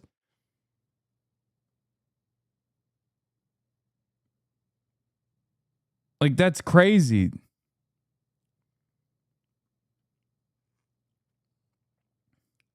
Yeah. For this to be a false accusation, she would have had to have a slander campaign 3 years ago, which was not a public figure, which is insane. Yeah. Or, like I said, there would need to be like literally fake information. Like, it's a real consensual relationship, but then like there are faked contemporaneous conversations and second and third party accounts. Like, that's an unbelievable level of investment. It's just like it's criminal in and of itself.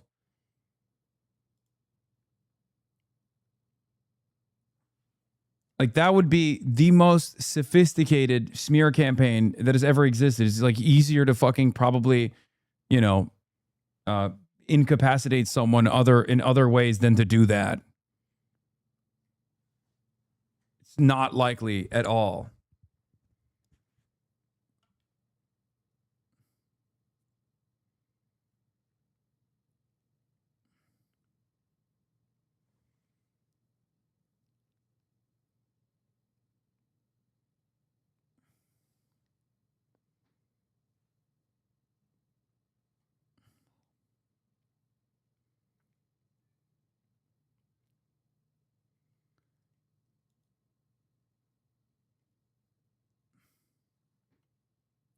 I don't understand why the New York Times screwed up their story. They obviously weren't trying to catch and kill lawyers' incompetence, even if she didn't tell the New York Times. I think, and there will definitely be more coverage on that element as well. Like, how did the New York Times fuck this up? Will absolutely be part of the coverage. But I think the reason why she didn't want to come out was twofold. One, she didn't want to say that she was raped. And two, she did not want to be, she did not want to say that she was raped, and she also did not want, what do you call it? She probably didn't want to fuck up his chances, as damning as that seems, as like devastating of a reality as that is. I believe it when she says like I agreed with his politics, and I genuinely it like weighed on me because the fate of the Democratic majority in the Senate hangs on my shoulders. That like, you know, she says she prepared to vote for him. Graham Plattner had told a story about himself that some folks were willing to believe, about a story of growth, a story that comes even, I think, and they were willing to believe it over the troubling signs that Andrew reported, that women had come out and said before. Yeah. This is a new, I think, new piece of information that is serious, that's corroborated, and I think has had the justified reaction to it. I don't expect Graham Plattner to last through the week, and I think that him saying, you know, they're kind of like, you know, we built this grassroots base of volunteers, those are the very same people who feel quite lied to right now. Like, you know, those are people he said that there wouldn't be more stuff coming out to. So I think that that's actually a critical, that's actually a critical piece of this, is that not just that the DSCC's changed their mind, or maybe some people who didn't want him to win the race originally don't like him anymore. That volunteer base that was driving that interest is turning on him. And I think that's really going to be the most damning part of this. But, you know, I to the point about kind of outsider candidates, even take Zohran Mamdani in New York. That's someone who had been an assembly member, who had gone through some levels of vetting, who is actually, I think, doing fine now because he had thought about a vision of governance. When you kind of pick folks out of nowhere, you risk something like this. So,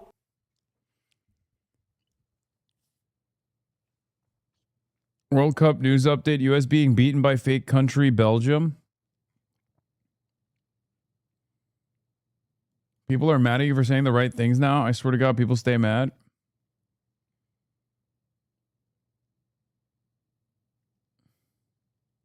How do you address those who rightfully are upset that no push to dropout was being made, with even with the knowledge of his Blackwater history and joyful killing of brown people? I don't know how many different ways that I can say this. And I have talked about this before. My own considerations about his Blackwater mercenary status was something that I openly revealed, openly talked about, but it was not relevant in the grand scheme of things in the eyes of Mainers, right? And I kept repeatedly explaining this over and over again. And unfortunately, people just did not care to understand what I was saying. I'm sorry. Our considerations or our concerns, maybe you were a lot more loud about them than I was, because I would still then package that up with he's a far better candidate, even with that background, than Susan Collins, who voted for these wars, and also better than Janet Mills, who was, again, pro-Israel and most likely going to lose to Susan Collins. Like you could have been loud and proud about it, but clearly Mainers did not hear your voice. And my skepticism or scrutiny would not change that reality. And that's why we debated the same old issue 1,000 times over. Do you understand? I hope someone clips this for Twitter, because my God, the amount of people asking about this today, it doesn't matter. Those people are not asking this question because this is a serious, he's an insider media guy. People did care, but nobody reported it. No. Graham Plattner is not an insider media guy. What are you talking about? They fucking ate his ass up a million ways to Sunday, even before this like credible accusation of rape. I'm telling you right now, no. Americans, by and large, do not consider veterans, especially combat veterans, to be baby killers in the way that like a handful of select few anti-imperialists do. Okay? They just see it as more of the same. When they think of Blackwater, they don't think, oh my God, like he volunteered to join a private defense contractor that had to change his name a million times because they kept doing war crimes. They think, oh, it's the same old shit. You know, he's just a grunt. He's just a vet. He's an American hero. Okay. That's what Americans think. Now, is this the correct assessment? No, it's not. But your assessment is also not correct, with the exception of Blackwater. If you're automatically assuming that every single veteran is irredeemable, every single veteran is an irredeemable monster, then I will debate you on that issue over and over again, which again is where people clip me and then will cry about how I'm, defending Graham Plattner. That's usually the conversation. Like on principle, as far as like having a blanket assessment that every single veteran is an irredeemable war criminal monster that murdered children, That's not, you can't operate like that. That's not a normal way to exist. And that's not how I have been ever in my life, and I will never be that way, and I will never, ever say things like that. Okay? Also, no one is being honest with his military record. I'm also concerned about how it reflects on his judgment and character, but people are talking like he's a perpetrator of torture at Abu Ghraib when he had a patrol in the area for Blackwater. He did embassy security. We can be honest while being critical. Yes. The more damning side of that was not what he did for Blackwater. The more damning side of that was the fact that he volunteered to go and work for Blackwater after Blackwater had changed his name 1 million times over. You know what I mean?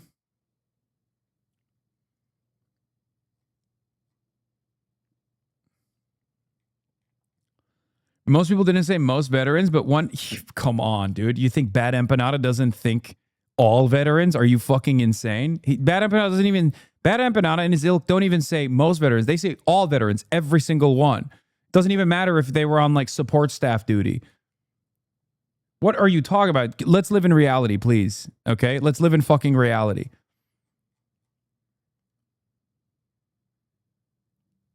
That's crazy. The idea that he's a dumbass, okay, where the fuck do you think most of this shit is coming from? Who do you think is clipping old things? Who do you think is using this moment? Who do you think is using this very moment to do the exact same thing that Epstein does? Okay? Bad Empanada doesn't like Adam Hamawi. Okay? Adam Hamawi risked his life to save the children of Gaza. What the fuck has Bad Empanada ever done in his goddamn life other than chirp? Get the fuck out of here. His own audience and the dumbasses in his community literally think they don't know any better. They think like, oh, they sincerely ask me, how many anti-Zionists have actually signed off on an arms embargo to Israel? I was like, every single person, as a matter of fact. Every single person that I've actually campaigned with have done that. But you wouldn't know that because Bad Empanada doesn't give a shit about the fucking truth. In his world, I hand-selected Graham Plattner because I loved that he was in Blackwater.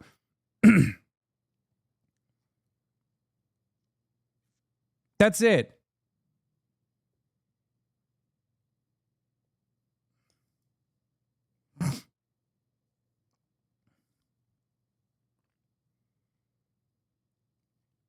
My assessment on this has always been consistent, okay? My attitude on this is that everyone is a victim of their social conditioning. Everyone is a victim of their material realities to a certain degree. If you grow up in America, hopped up on American exceptionalist fumes, and the attitude overall, no matter how incorrect, is that you join the military to fucking save people's lives, whatever the fuck, okay? Then most people don't have the same assessment as you do, so they get duped into believing that they're actually going to go and find an adventure for themselves.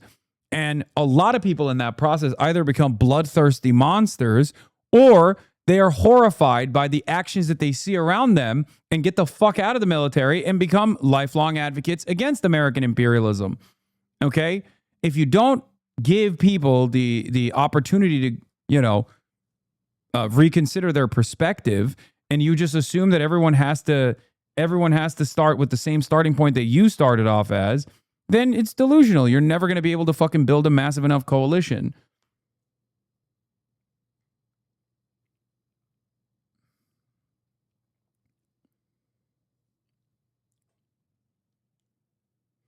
How is Hasan more down to earth than Chatters? Because I've lived an actual fucking life. I didn't just like spawn as an 18-year-old content creator. Troy Jackson says, there's no place in our politics for sexual violence, not in our party, not in any party. Graham Plattner must withdraw from this race today. This is not what we stand for, not as Democrats, not as Mainers, not as human beings. For too long, women who survive sexual violence have been told to stay quiet, to protect the men who hurt them, to think about the campaign, the party, the cause. We cannot ask women who trust us with their futures while looking the other way when one of our own hurts them. That's the end there. I believe Jenny Rasico. Yeah. Two things can be true at the same time, by the way. If Graham Plattner was a fucking ultra-Zionist, this story would have been caught and killed. Okay? Even if it did came out.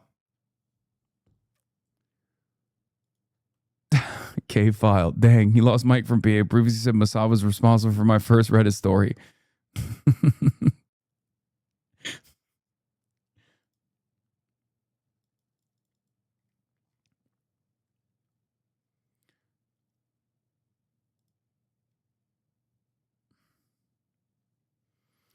For the record, I believe the story to be 100% true, but do you think this will heighten the contradictions because our president was literally found liable for sexual assault and the media has let it go along with numerous other Republicans and Democrats? For some people, yes.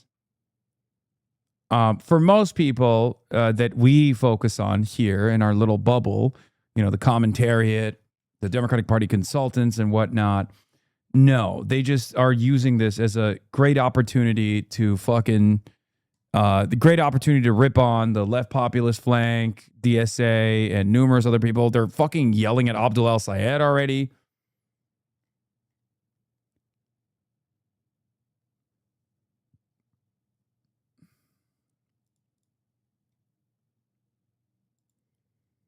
Reporting on Troy for Senate. Just got off the phone with former state senator, state Senate president, gubernatorial candidate Troy Jackson, a strong ally of Plattner's with some of the same labor support that helped Plattner's rise. Call sexual assault allegation very serious. If Plattner steps aside, he is very, very interested. This is a very serious allegation, but I haven't talked to Graham. He said, this is something I've never considered.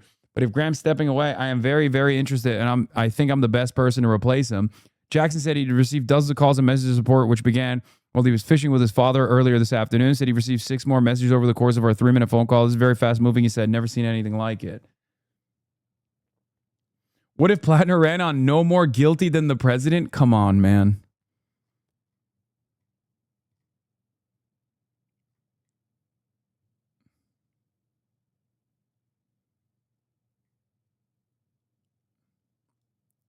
I do wonder if there will be some Plattner dead enders. The commentary and political Twitter response has been overwhelmingly pro dropout, but his Instagram and Facebook comments, which are much more normie, are still backing him.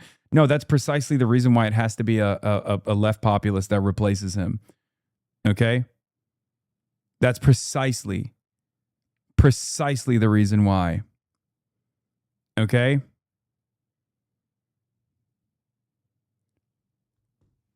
Because if it's not like Graham Plattner style candidate without the fucking red flags and the rape allegation, people are going to be like, fuck no, I'm not voting for anybody. It's over.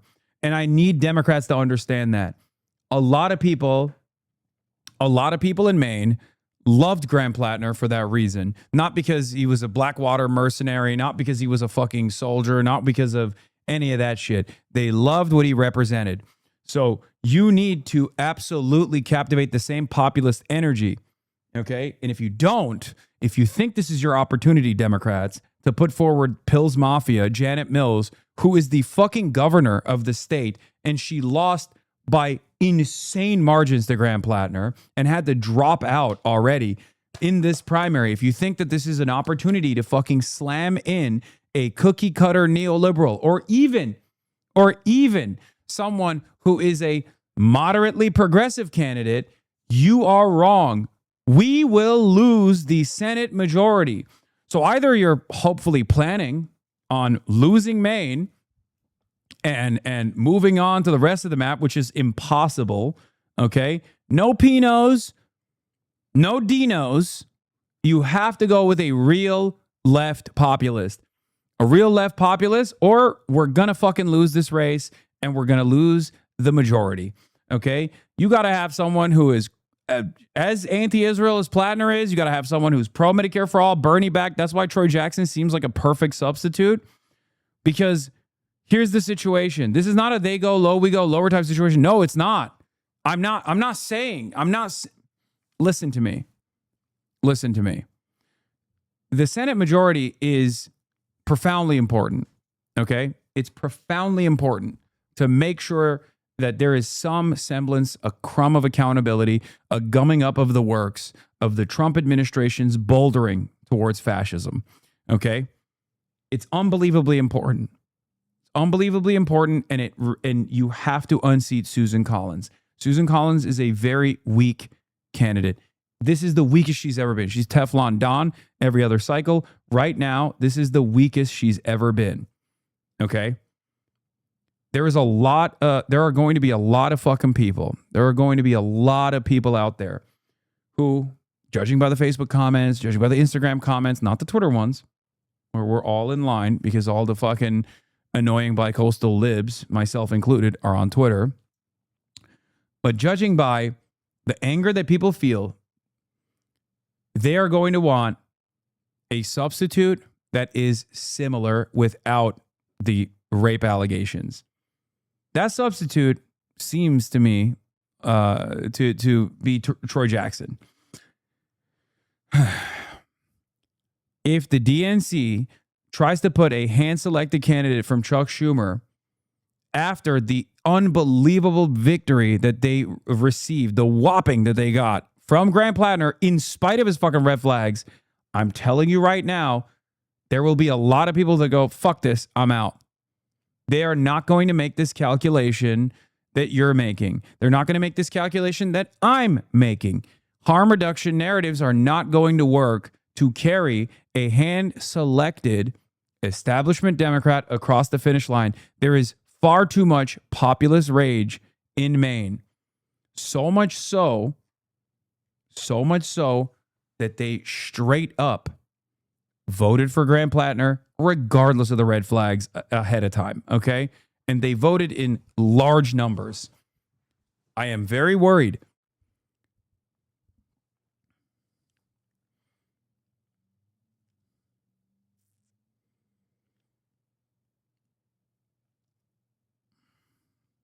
Anyway, this is Kamala 2.0 in Maine that has to be avoided. Yeah. Do you think the allegation has already depressed voter turnout that people might not vote for Troy Jackson? Troy Jackson is the best substitute. It's not even a guarantee then.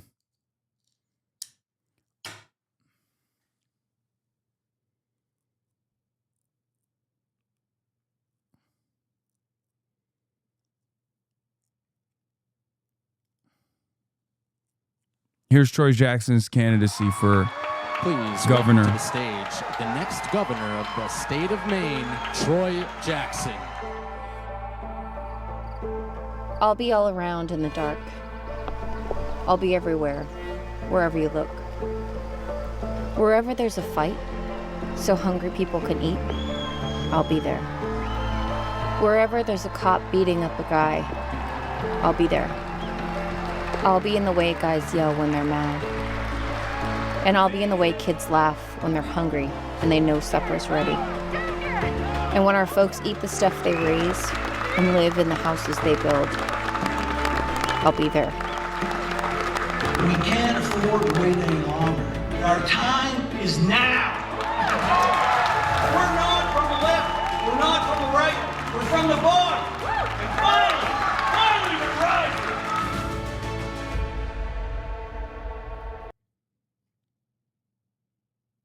3 hours ago, I had never heard of Troy Jackson, but I will die for him now. Does he have the juice? According to matchups, he does. They've already polled him on it. This is how a true DC pro gloats over her enemy's smoldering corpses by pretending not to gloat, only saddened and concerned about the fate of our country. We amateurs ain't shit.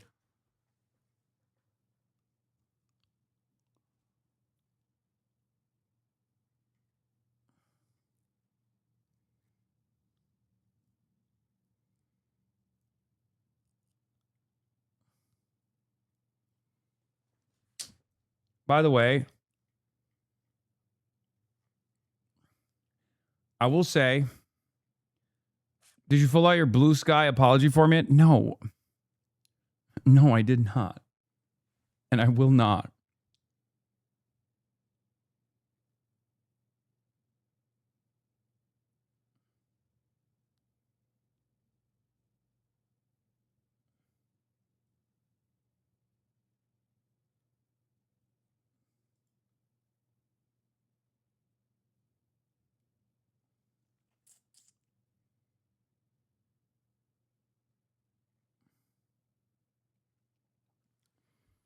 Iran hit 2 commercial ships. Brace yourselves. Oh, shit. They're reeling from the Grant Plattner news.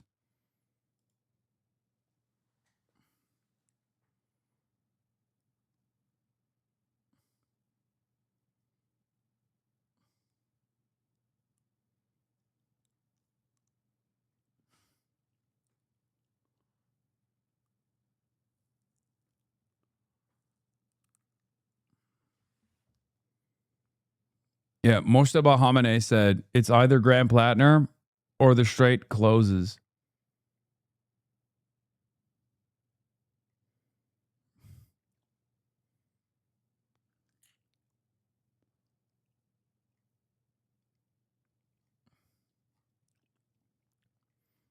On a Monday, too. Bold.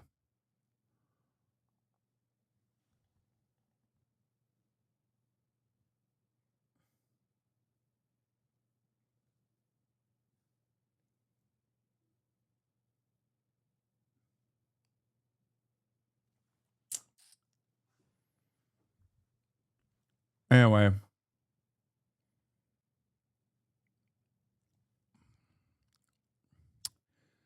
What a fucking day this has been, huh? Jesus Christ. Yeah, Mitch McConnell is likely dead, or at least brain dead, according to some reports.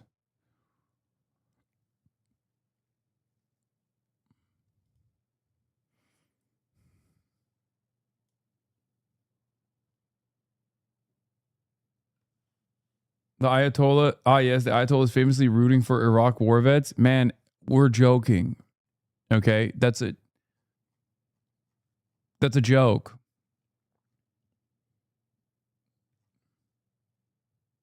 I don't know if you know this, but I was joking.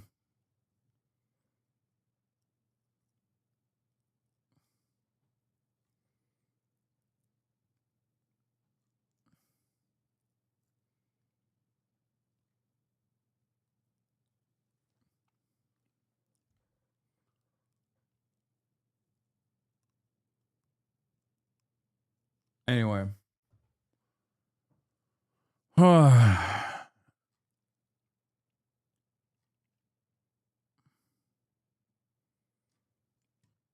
Yeah, this is the main Senate polling. Jackson versus Collins matchup 48-43.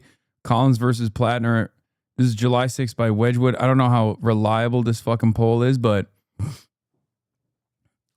Collins 50-50 with Pills Mafia. 50-46 with Plattner. 48-43 with Jackson.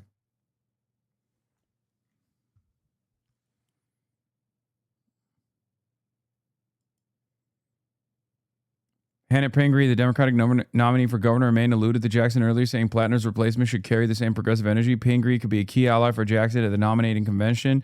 The two previously cross-endorsed one another.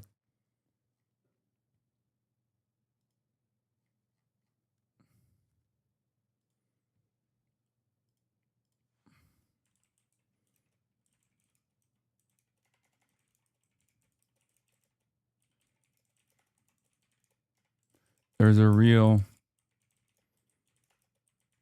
brewing in Maine. The Dem establishment think that they can risk the Senate majority by not replacing Plattner with an acceptable substitute.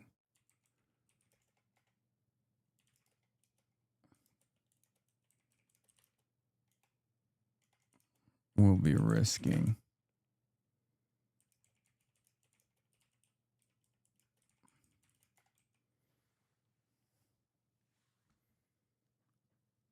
Mills being in that poll after losing the primary 3-1. The party ended an hour ago and he's still here. Mention Troy in the tweet. Yes, I'm retweeting Troy Jackson.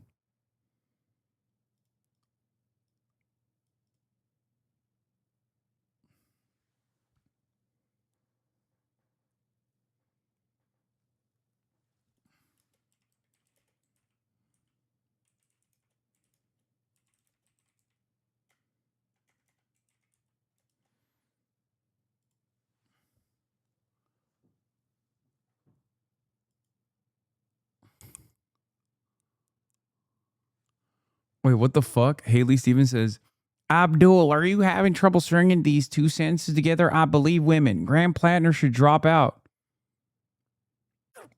Wait, what? That's what he's saying. That's literally Trump's biggest donor. What gives? She quote retweeted Abdul literally being like, yeah, Maine voters should not vote for a rapist. Like, what does that... What gives? Maddie Maroon.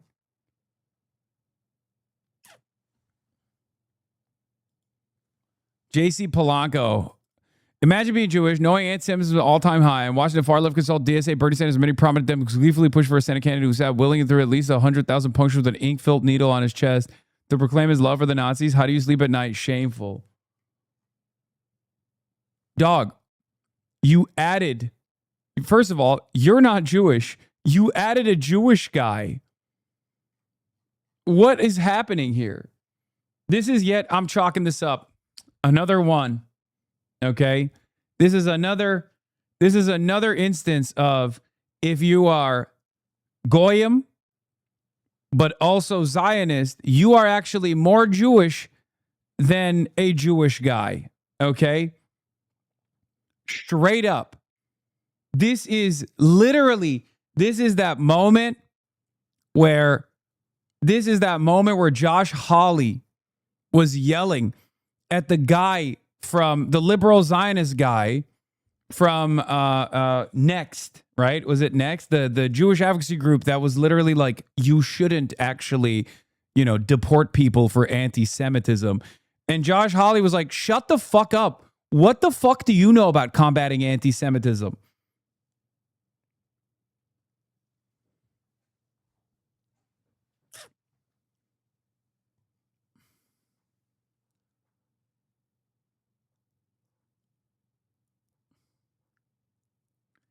Yeah, this is the classic Richie Torres implying Adam Friedland is a bad Jew moment.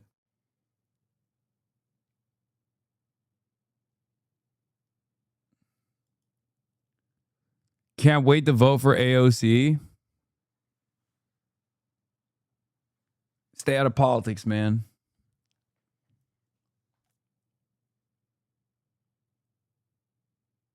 Bro, they're calling Bernie a bad Jew. I know. I mean, dude, this is fucking insane. Fuck you, Bernie Sanders, you self-hating anti-Semitic cancer on society. Interesting to note that you failed to mention Graham Plattner. Democrats, stop listening to Bernie and let's get behind Haley for Michigan. Wait, what? Wait. Whiplash. What the fuck does Haley Stevens have to do with this conversation? Wait, I'm sorry. What? He came in hot. He started out by being like, fuck you, Bernie. You're a bad Jew. Then turned around and was like, we should vote for Haley Stevens. Am I right, guys? It's like, how is this related? You know what, guys? We got to vote for Rahm Emanuel in 2028. Am I right? It's like, what? We got to vote for Gavin Newsom in 2028. Come on. Who's with me? And it's like, who's with you? Where the fuck did that come from?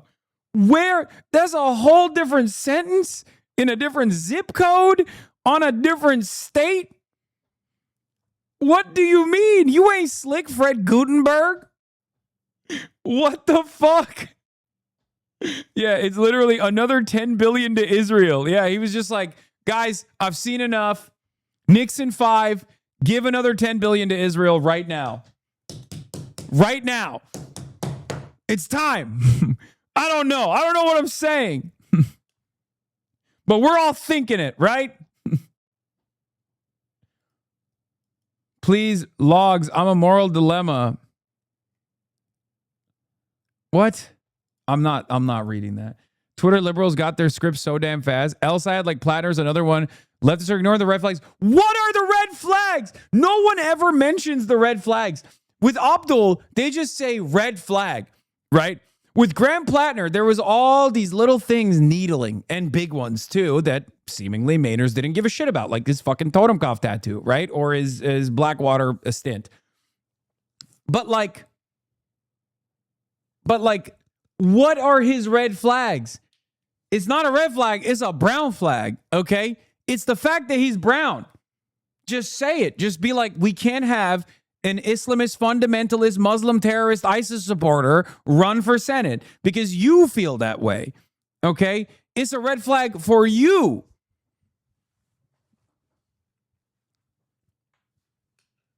That's crazy.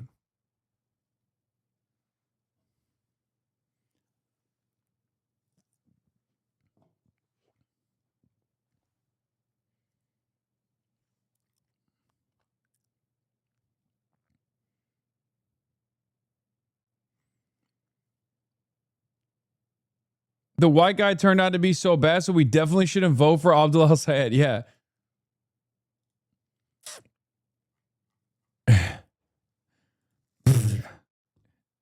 Yeah.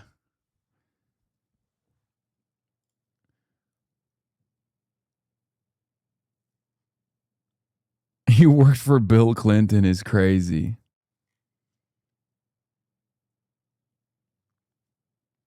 By the way, that guy calling Bernie a Jewish descendant of Holocaust survivors and victims a cancer on society while accusing him of anti-Semitism is insane. I know. I mean, we saw this with Brad Lander. Okay? We saw this with Brad Lander. Brad Lander defeated a candidate that was pro-Israel, right? Dan Goldman was pro-Israel. Brad Lander defeated Dan Goldman in a very Jewish district.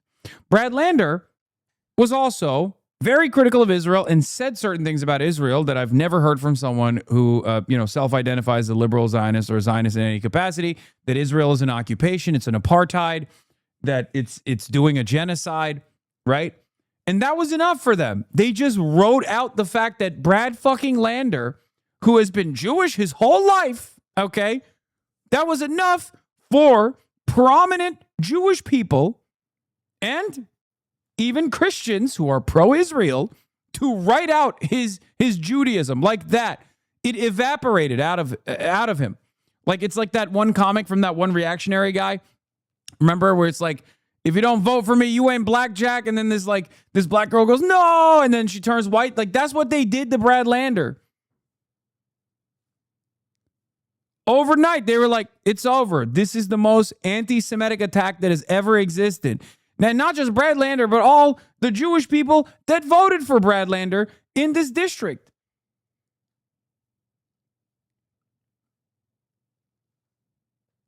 Pro-Israel non-Jews saying things like these scheming, cunning, wily parasites are a cancer on our society about anti-Zionist Jews. Yeah, they're like the perfidious anti-Zionist Jews. You just add anti-Zionist in there and everyone's like, yeah, it's fine. He can say it. Oh, okay, got it. You can just literally do protocols. As long as you say they're bad Jews because they're anti-Israel, then it's fine. It's unbelievable. It's insane.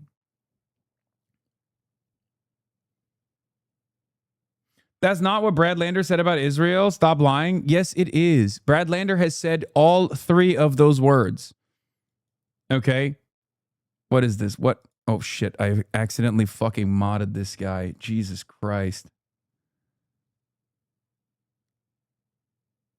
Thank God we timed him out at the same time. I think I modded him. Did I mod him?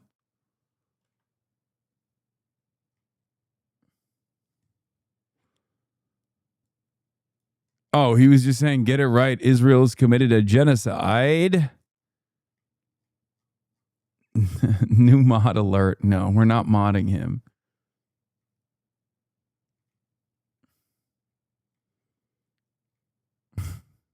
He was just doing the Brad Lander accent.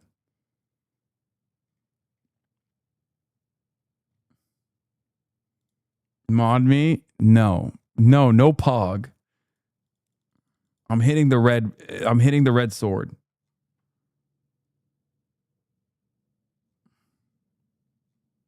Shake me? Okay, you can get shake. You can get shook.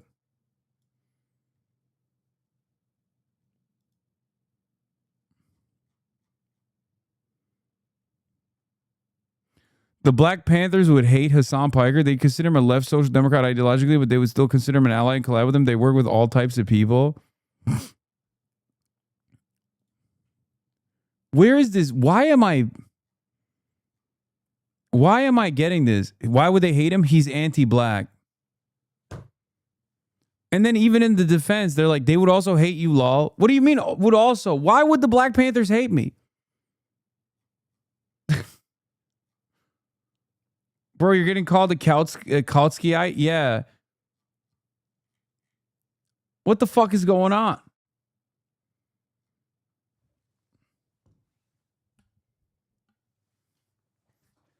This is a good time to say I told you so about Plattner. If you don't have solidarity with us in the global south, you will keep getting let down by politicians.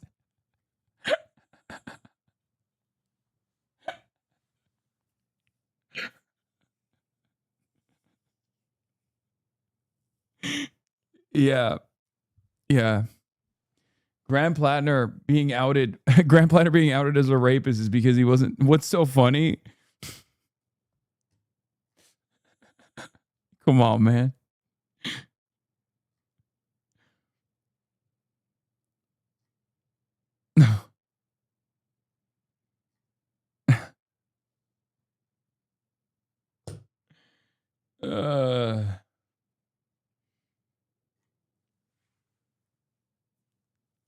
Is this a bit? No, it's not. It's real. This is a real take from people. It's just the truth. It speaks of his character to kill brown children in our neighborhoods.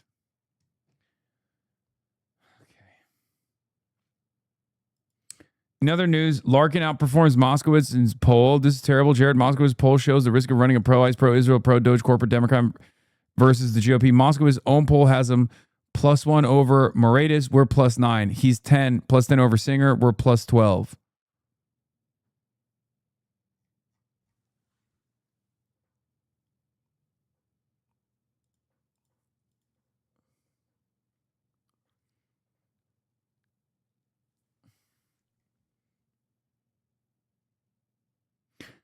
Haven't you always been in the critical support camp? Yes. But those guys don't like it when I say critical. Those guys don't think I'm sufficient in my critical support for actual anti-imperialist causes. They feel like it's insufficient. And when I say critical support, or not even critical support necessarily, but just like telling you exactly how it is, who's better in the bourgeois democratic election, okay? Like, who's better, Graham Plattner or fucking Janet Mills or Graham Plattner or Susan Collins? That's enough. That's enough for them to be like, you love him. You've loved him your whole life. You've said he's the best person that's ever run for office. Which is true. I have said that. That's what I've said. And I've also said he's the president of the DSA.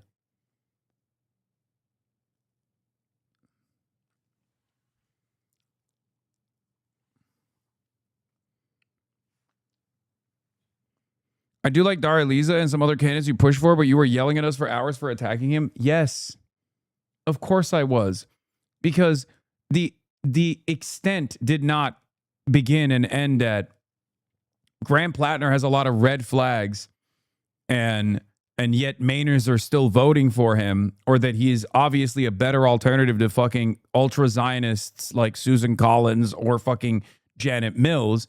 It was, you like Graham Plattner, you love Graham Plattner, you want Graham Plattner to be your dad, you want Graham Plattner to be the president, you want Graham Plattner to continue murdering children in the global south as he did every day, and he enjoys that. That's his favorite activity. Okay? Now you're trying to pretend it didn't happen. I mean, there are long and tireless hours of this conversation. Of these conversations that I've had. Countless hours.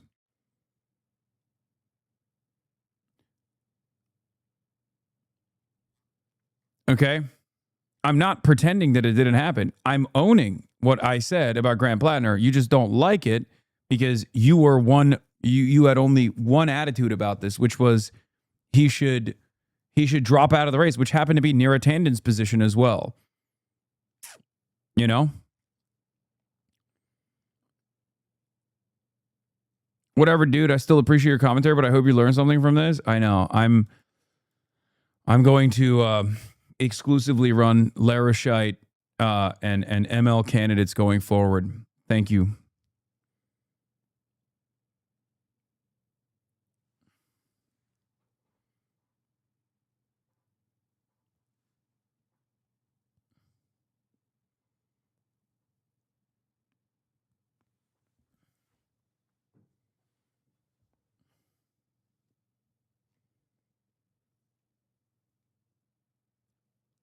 My problem. That's my problem. Your ops are also his ops. Something is weird here. No, it doesn't matter. You have to declare war on the military for that chatter? Yes.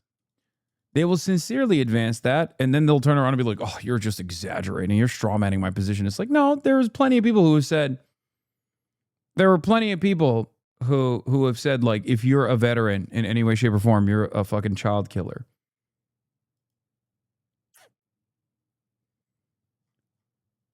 The allegations against Grant Plattner are so disturbing to the point where Susan Collins will support him for Scottish justice.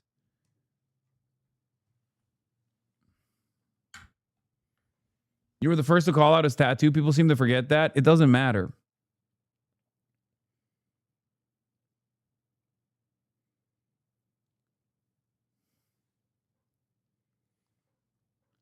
Hey, Hasan, do you think this just proves to walk like a chud, think like a woke? Maybe if it looks like a chud, it's a chud, even if it thinks like a woke. What do you think? No.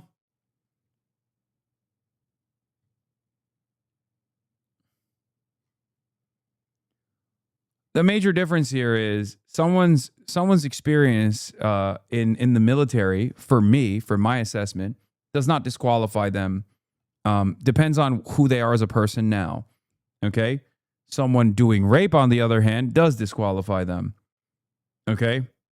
That's it. Unless there were also credible allegations that he had conducted himself a certain way. Not like fucking him posturing on Reddit or whatever. Like if there were any accusations of the sort of his service, his experience in service, just like the accusations that we've seen that are credible today of him doing a rape, that would be disqualifying. That's it.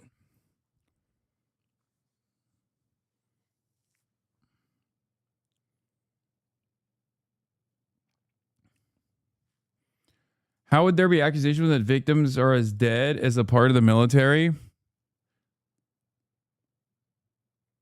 I mean, it's a ridiculous question. I'm not talking about like the victims of imperialism that are going to rise from the dead.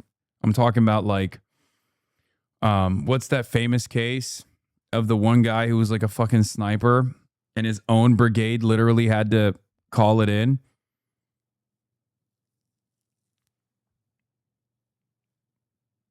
And then Trump actually pardoned him. Not Chris Kyle. But Chris Kyle is another great example. Chris Kyle was considered a hero. I'm talking about Eddie Gallagher. Thank you. But Chris Kyle was seen as a hero, but many people knew the extent of his inhumanity in service. As a matter of fact, ironically enough, you know who also fucking called him out? Motherfucking Graham Plattner. Probably not the best time to mention this.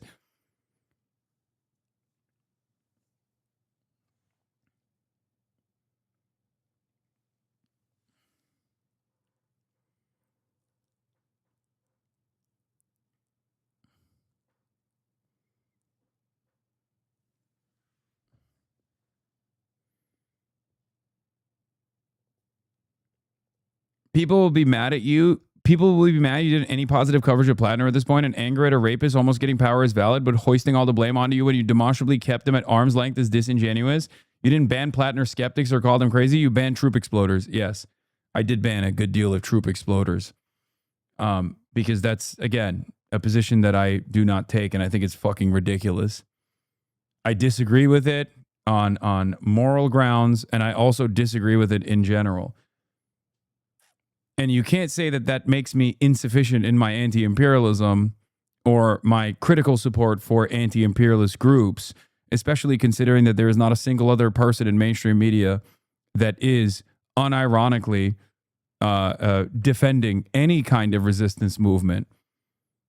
Any kind.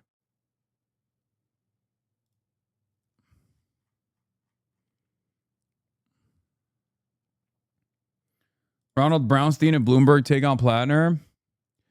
The far left activists who recruited Plattner were so determined to find a blue-collar outsider that by their own admission, they performed only the most rudimentary due diligence on potential problems in the background. Plattner's national backers became too focused on proving that their model of how to win elections, blast force economic populism delivered by outsiders, was the right path. They forgot that they were asking voters to endorse not a theory, but an actual human being. Schumer and DSCC failed by clearing the field for Governor Janet Mills. On paper, she had strengths. In practice, she was a dismal candidate. By propping up Mills, The Democratic establishment precluded the emergence of any organic alternative to Plattner. Plattner deserves plenty to blame, too, for repeatedly assuring supporters that no more damaging... It's weirdly a fucking good take from Ronald Brownstein. I mean, it's yeah, 100%. I mean, the far left activists who recruited Plattner is a little bit aggressive, but yes, it's clear that there wasn't due diligence. I mean, what are we talking about? It was clear from the jump when the fucking Totenkopf tattoo came out.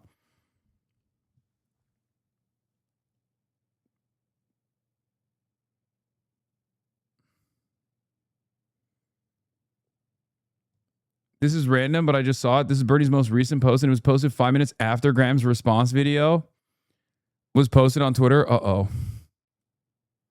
Do you think Bernie really loves Graham Plattner or something? Like, what the fuck's going on? I mean, he saw a lot of Joe Biden and Graham Plattner.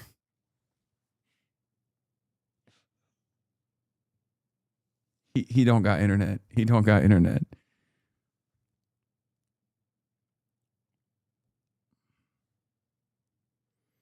Not everyone has a racism PhD. I mean, first of all, you should have a racism PhD if you're vetting a candidate.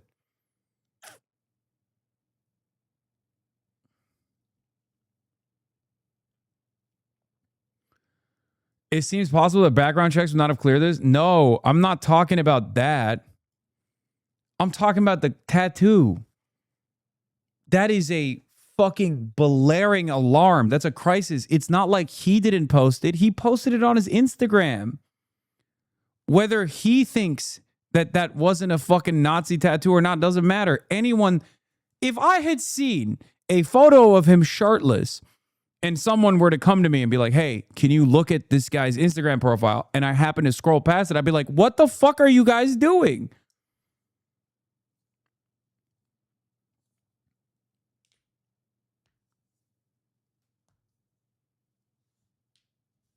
The tattoo proved that they didn't do sufficient background. Bro, just have a nuanced opinion? Wait, what do you mean? On what? There's definitely levels to his history in the military, though, don't you think? I have two opinions on this. My own personal opinion and my opinion as an analyst, okay? If you are asking me my own personal opinion, I don't think across the board any veteran is irredeemable, if that's the question. But if the question is for tours and Blackwater, yes, that is a glaringly obvious red flag, as I have brought up before.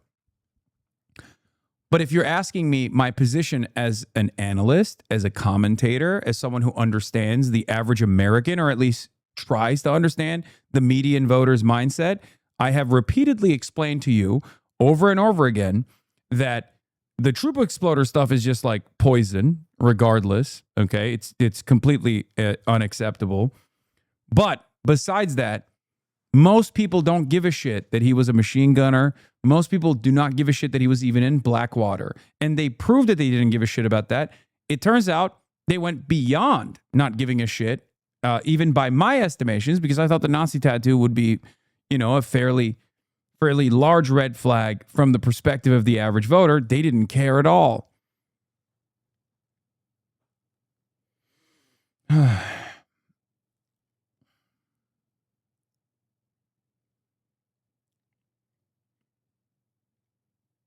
Try to have a nuanced position level impossible. Is this not a nuanced position?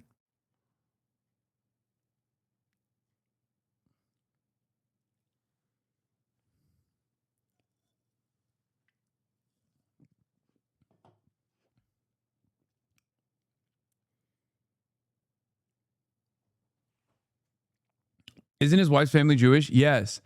But again, what his wife's Jewish family saw when they saw the tattoo versus what a vetter would see when they saw the tattoo are two entirely different realities. The only point I'm making is that is such a whopping and alarming red flag. I'm actually shocked that he actually withstood that.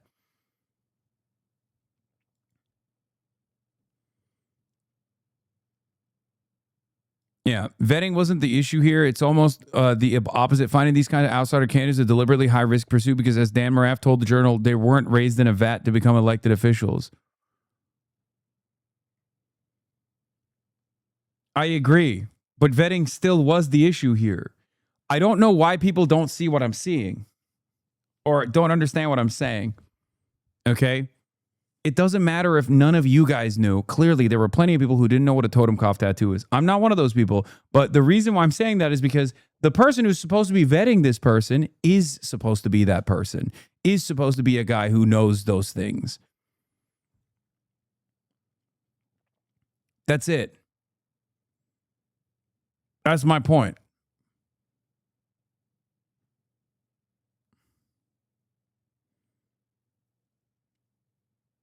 Would you support a former IDF gringo soldier that participated in the Gaza genocide to run for office in the U.S. as long as they had the same policies as Plattner? Great question. No, because in order for them to have the same policies as Plattner, they would have to be literally anti-Israel. And there is no guy who participated in the Gaza genocide that are anti-Israel, that say it's an occupation, that say it's an apartheid, that want to embargo Israel. Okay? That's insane. That's an absurd hypothetical, and that's the reason. But if he reformed, yeah, in fucking 25 years, maybe.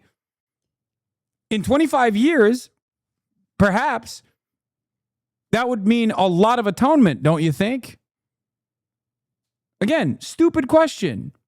Especially because I have had IDF veterans who are anti-Zionist on this fucking broadcast. I've interviewed them. I've relied on their work. Okay? Some of the most important. See, look, you're moving the goalpost. Okay? You're moving the fucking goalpost. You asked me a question about IDF veterans, and I'm going to give you an answer about IDF veterans. Okay? Some of the most important work that has come out of the Israeli new historians were conducted by IDF veterans, former IDF veterans, okay, who are prominent anti-Zionists. I know you don't care. But if you're testing my consistency here, I've always been consistent on this position. Avi Shleim served in the IDF, is a prominent anti-Zionist, and one of the Israeli new historians. Okay? His work was very important in uncovering the synagogue bombings that took place in Iraq. Ilan Pappé, foremost anti-Zionist Israeli academic. He also served in the IDF. Ofer Kassif served in the IDF, became a conscientious objector, is in the Israeli Knesset. Ofer Kassif is also an anti-Zionist. Okay? So no. My position on this is like, oh, if you've served in the IDF or you've served in the American military, you're an irredeemable monster. Gideon Levy, another anti-Zionist who also served in the IDF. Okay? I don't have the idea that like all IDF veterans or all American veterans are irredeemable monsters is fucking ridiculous. Okay? No one is irredeemable.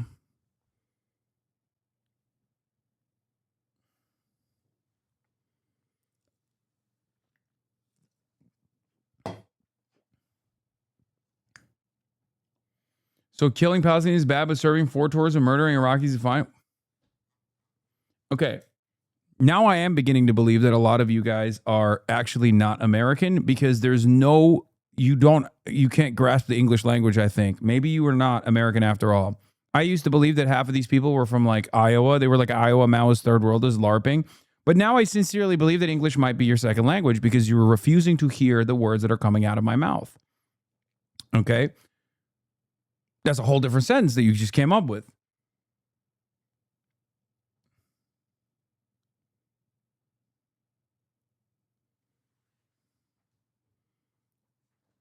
And then this is how we go down the spiral of Hasan defends Graham Plattner for hours because the conversation does not stay with Graham Plattner.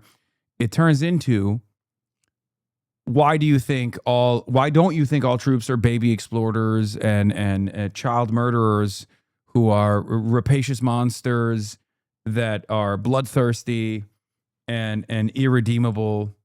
Yes, on principle, I will never fucking have that attitude. There are plenty of veterans in this community, and plenty of anti-war veterans in this community, anti-imperialist veterans in this community, and I welcome them here. And this is, this is a place where they can feel safe.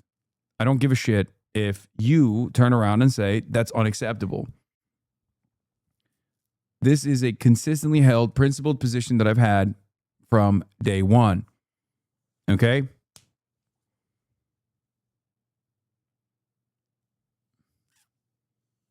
I care not about what you have done. I care about how you atone for what you have done.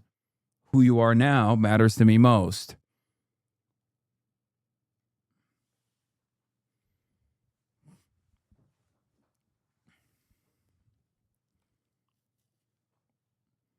I love you, Hasan. I don't think all vets are evil, but this dude was us from the jump. I mean, yes, there was a lot of red flags. I agree.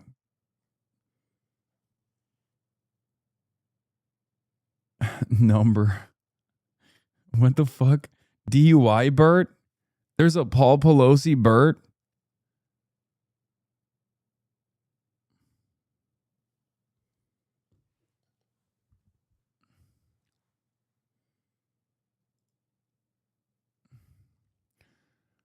There's a real truth here. As the left grows into power, it does have to shed the ragtag YOLO mentality that lit the planet. But this is a wild thing to say when the single most politically impactful scandal of the 21st century came from an establishment Dem and created Trump. Yes. Wait, Turby Durden? Chud Bert?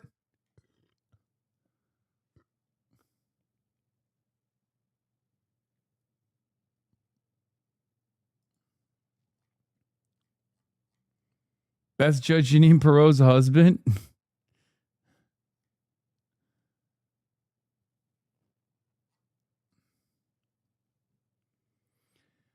What happens with the Rays if he drops out and does Mills comes back?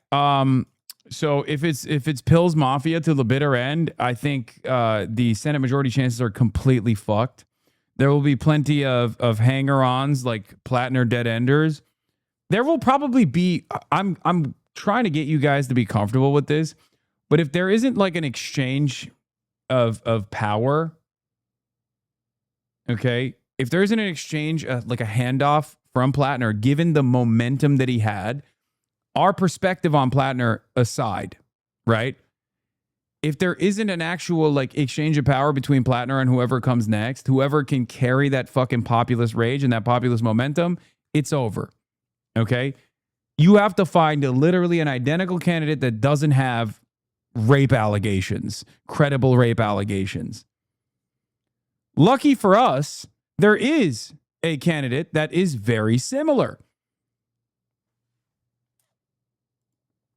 But of course, predictably, Democrats have immediately moved on to going on Fox News to shit on that guy. Because for them, this was not about winning the Senate. It was about winning the argument. Doug, how do you get your party to shed some of these crazy ideas, anti-Israel, anti-American candidates, and get back to the center, as you say? I think the best way is the Democratic Executive Committee has a procedure, assuming Plattner steps down by July 13th, in those 2 weeks, to have a debate across the state of Maine with robust candidate forums, and hopefully pick someone, as you mentioned, like Janet Mills or like Jared Golden, the congressman, or Nirav Shah, who ran unsuccessfully for governor. So we have somebody in a general election with a big turnout who has a chance to compete fairly. We are for democracy. Yeah, and that candidate is the governor of the state that fucking lost to the guy with a Totenkopf tattoo. Yeah. Let's do it. Kamala 2.0. Kamala and Hillary Rodham Clinton 2.0 in Michigan with Haley Stevens. And then Kamala 2.0 in Maine as well. Fuck it, dude. Let's just keep fucking losing. Fuck it. Let's let these rapist, pedophilic Jeffrey Epstein defenders run the country in perpetuity. Fuck it. That's where we're at. That's what these guys are basically saying. They're like, I don't give a shit. Fuck it.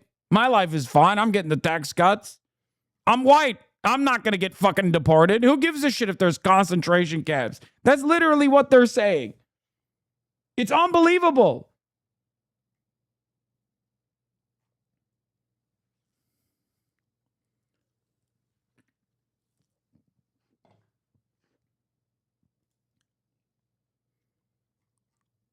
to your point. Certainly am. I'm against the socialists, and the best way to prove that moderate mainstream Democrats have a future is to nominate someone here, whether it be man or woman, and have them compete with a very strong candidate in Susan Collins. I'm for that. Hopefully your viewers and the electorate will embrace that. Do you think they're dumb enough to appoint Mills or a Mills acolyte? Yes. Yes. That's what they're fucking salivating over. They're going to use this as an opportunity to be like, Bernie sucks. He was wrong all the time. He's never been right. And that we can't let a left populist win this, take over the mantle from Plattner.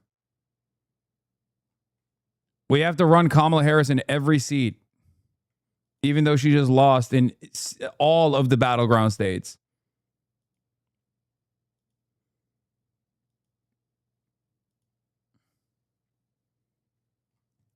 Bernie has to say something crazy he hasn't already.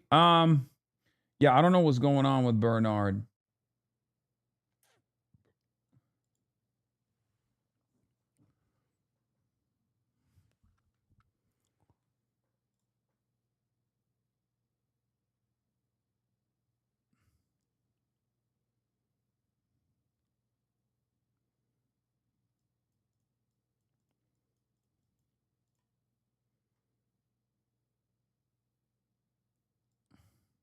Look at this.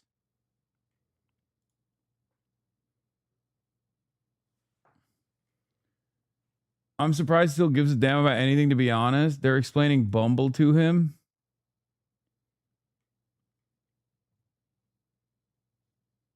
Yeah, look. All I'm saying is, call me Taliban the way I ride that Toyota HasanAbi. Okay, you guys are already quick.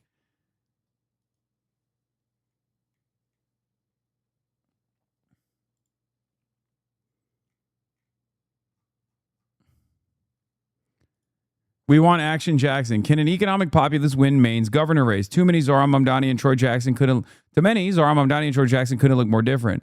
But both are a part of the same political project. The renewal of class politics has caught fire in cities across America, and now it's time to set rural America ablaze. All right, people are saying it. Troy the Trojan Horse Jackson. It's time for the real Maine Senate candidate to rise from the fall of Plattner. We will carry the flame.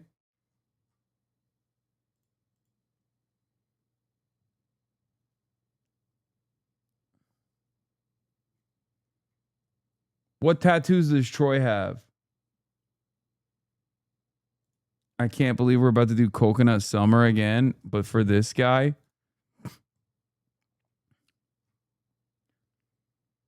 USA losing to Belgium as everyone expected. Yeah, it made the situation far worse that Donald Trump did the thing that he did, which, you know, annoyed the shit out of people, and on top of that, we fucking ended up losing.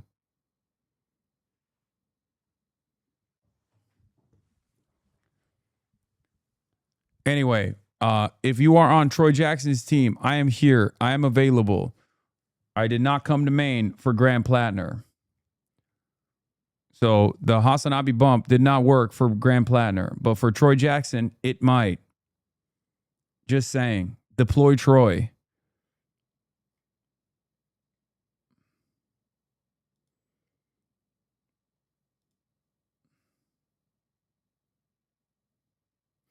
Troy was running on a pro-cop ticket in 2022. His heart doesn't seem to be all in it for queer rights. I'm kind of worried, man. HasanAbi, read this.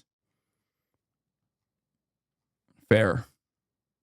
Yeah, it seems that he was not exactly pro-LGBT, let's just say.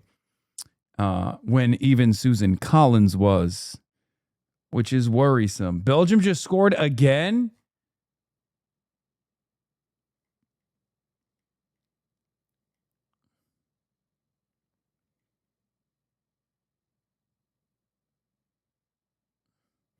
When he was murdering and raping foreigners, he was a product of it. Dude, what are you talking about? What are you talking about? Like, I'm sorry, man. It's your fucking hallucinations. Okay, I can't deal with something that you invented. Okay?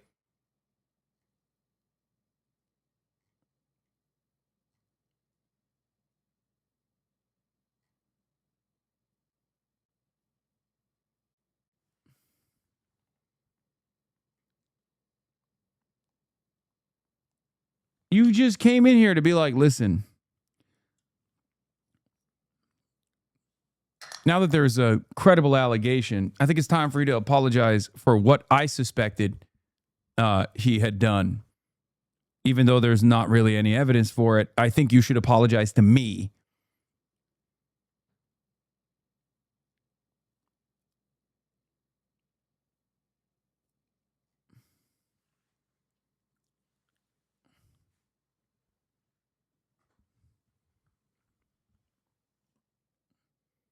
No, you don't understand. Neither of us really knew this bad thing, but I was right all along because I hated him for something else entirely. Yeah, something else entirely that I just assumed that he did with no evidence.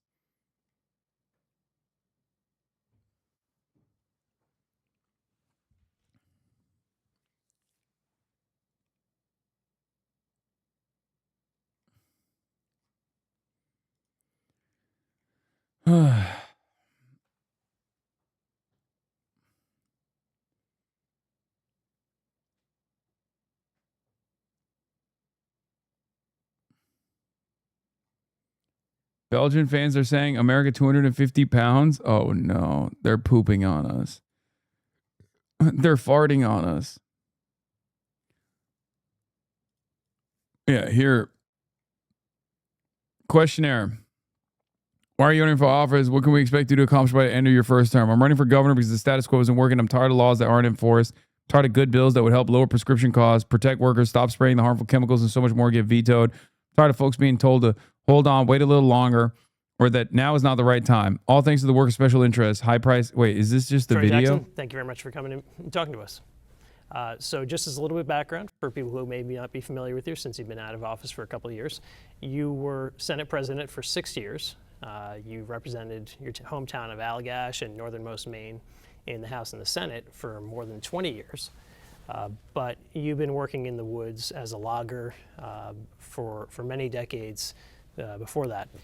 And now you're running for governor as a Democratic candidate. So I guess I'd start with, of those backgrounds as a logger, as a tradesperson, or as an elected official, which of those things do you think best prepares you for running for governor? Well, I think the logger's definitely been the thing that's prepared me for everything. I mean, it's got me, where I've understood the challenges of Mainers, the power differentials, the wealth inequality. I mean, everything really has come from that background. It shaped how I was as a legislator too, how the unfairness, why I fought against Big Pharma. Yeah, of course he has no swag, bro. He's a fucking logger from Maine. What are you talking about? Like, have you heard how Janet Mills talks? Have you heard how Susan Collins talks?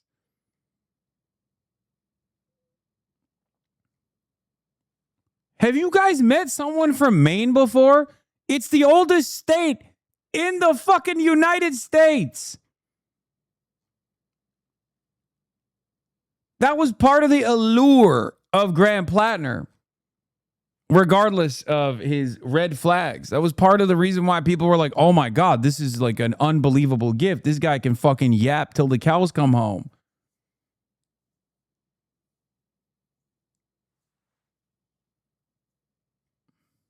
Why I've fought against big landowners, why I've stood up for workers in the legislature, because I felt like everyday people needed a voice, and that all came from my logging background. Even before I was a logger, watching my dad be a logger. And what would you say your experience in Augusta, how has that prepared you or shaped how you're going to approach the job as governor? Well, I think the same thing. I mean, I don't think that even though I was in the legislature for 20 years and 6 as Senate President, sorry about that. That's fine. I think that everyday working class people don't they don't get the recognition that they should have. And I think that's why I'm running this race, is that I feel very strongly that working people need to have a governor that's in their corner. And in my time, and certainly I don't believe in my time before, at least from my parents and my grandparents, they haven't had that. I want to be a governor that fights for everyday people across the state, and I'm going to be. And that's what my time as in the legislature has shown me, is that we haven't had. Also, one of the most underrated elements of the Graham Plattner run was when we knew that he had trouble with alcohol, right? Self-admitted. And that motherfucker took a photo with Jack Cocherella straight up holding up a beer bottle. I couldn't believe it. Like, I was just like, that's not, I mean, if you remember, maybe some people saw me call it out on the broadcast, but I was like, that's not something smart to do. Like, just drinking in general should be out for you. Drinking at a campaign event should be a non-starter. It's the most unbelievable thing to pose with a drink, when virtually every single one of your infractions or your red flags that we know of came from your drunk moments, like drunkenly getting a totem cough tattoo. Yeah, if you want to know something promising about Troy Jackson, he was one of the few rare Bernie super delegates in 2016. Yeah, no, he's been a Bernard brother. That as a governor, I've had numerous bills that have been vetoed by actually the three governors I've served with, mostly the last two, but that were designed to help everyday working class people, and that's the one thing that I wasn't able to do, was able to sign those bills. I could pass most any bill I wanted, but I can't sign them, and that's what this race is about, is being a governor that's going to sign bills that's going to help everyday people. Yeah, I want to talk a lot about a few of those issues. So electricity prices have increased significantly in recent years. Some folks, especially Republicans, blame clean energy subsidies. Others say, no, it's more about the price of natural gas. What would your approach be to trying to lower electricity costs? Well, I do think that we could do more on both that. I mean, I think that we probably could have done incentives to people that wanted to do clean energy. We could have done tax incentives instead of putting it all on ratepayers like the net energy billing did. But I think going for clean energy is smart because we're like right now, look at where we are with our fuel prices, our energy, because of what's going on in the Middle East. That is a problem, and that's always a problem every time we're at the whim of other countries. When you see something like that, and we've seen that in the past with Russia, whenever they went to war, natural gas prices would spike, and so having clean energy that's made here in Maine, I think is a good idea, and we can do that. We have a great opportunity with a bill that I sponsored with the Versa Transmission Line. We have a lot of clean energy there. Other states wants that energy. I think the challenge that we have is, do we let the other states actually become a part of that ownership, or do we sell that energy to them? I believe we should be selling that energy to them, and Maine should be a big part of the deal. I mean, the dealer instead of the supply. I mean, letting those states actually come in and be taking our power. That's a way that we actually could lower our energy costs here in Maine, is by selling that energy to Massachusetts, Rhode Island, Connecticut, and that's how we actually will get on top of these high energy prices. So a big issue, obviously, for a lot of folks is the price of health care. This is an issue I know you've worked on for years and years in the legislature. You sponsored a whole bunch of bills dealing with the price of prescription drugs. I know you support Medicare for all, as well as a public option. I guess on those two things, I mean, do you think that's a realistic possibility? And absent that, what could or would you do as governor to try to lower healthcare costs? Yeah, well, in healthcare, I mean, a lot of people see me as big labor advocate, and I've talked about it, being working class person already here today. But You know, healthcare was probably one of the biggest reasons why I ran for the legislature.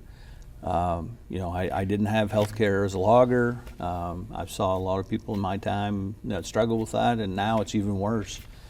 And I do feel very strongly about this. I mean, I feel like in this country we should have a Medicare for all system, and I feel like the state has to take this issue on head on, and I will. You know, we pass bills on prescription drugs. It's about 50% of the cost here in Maine.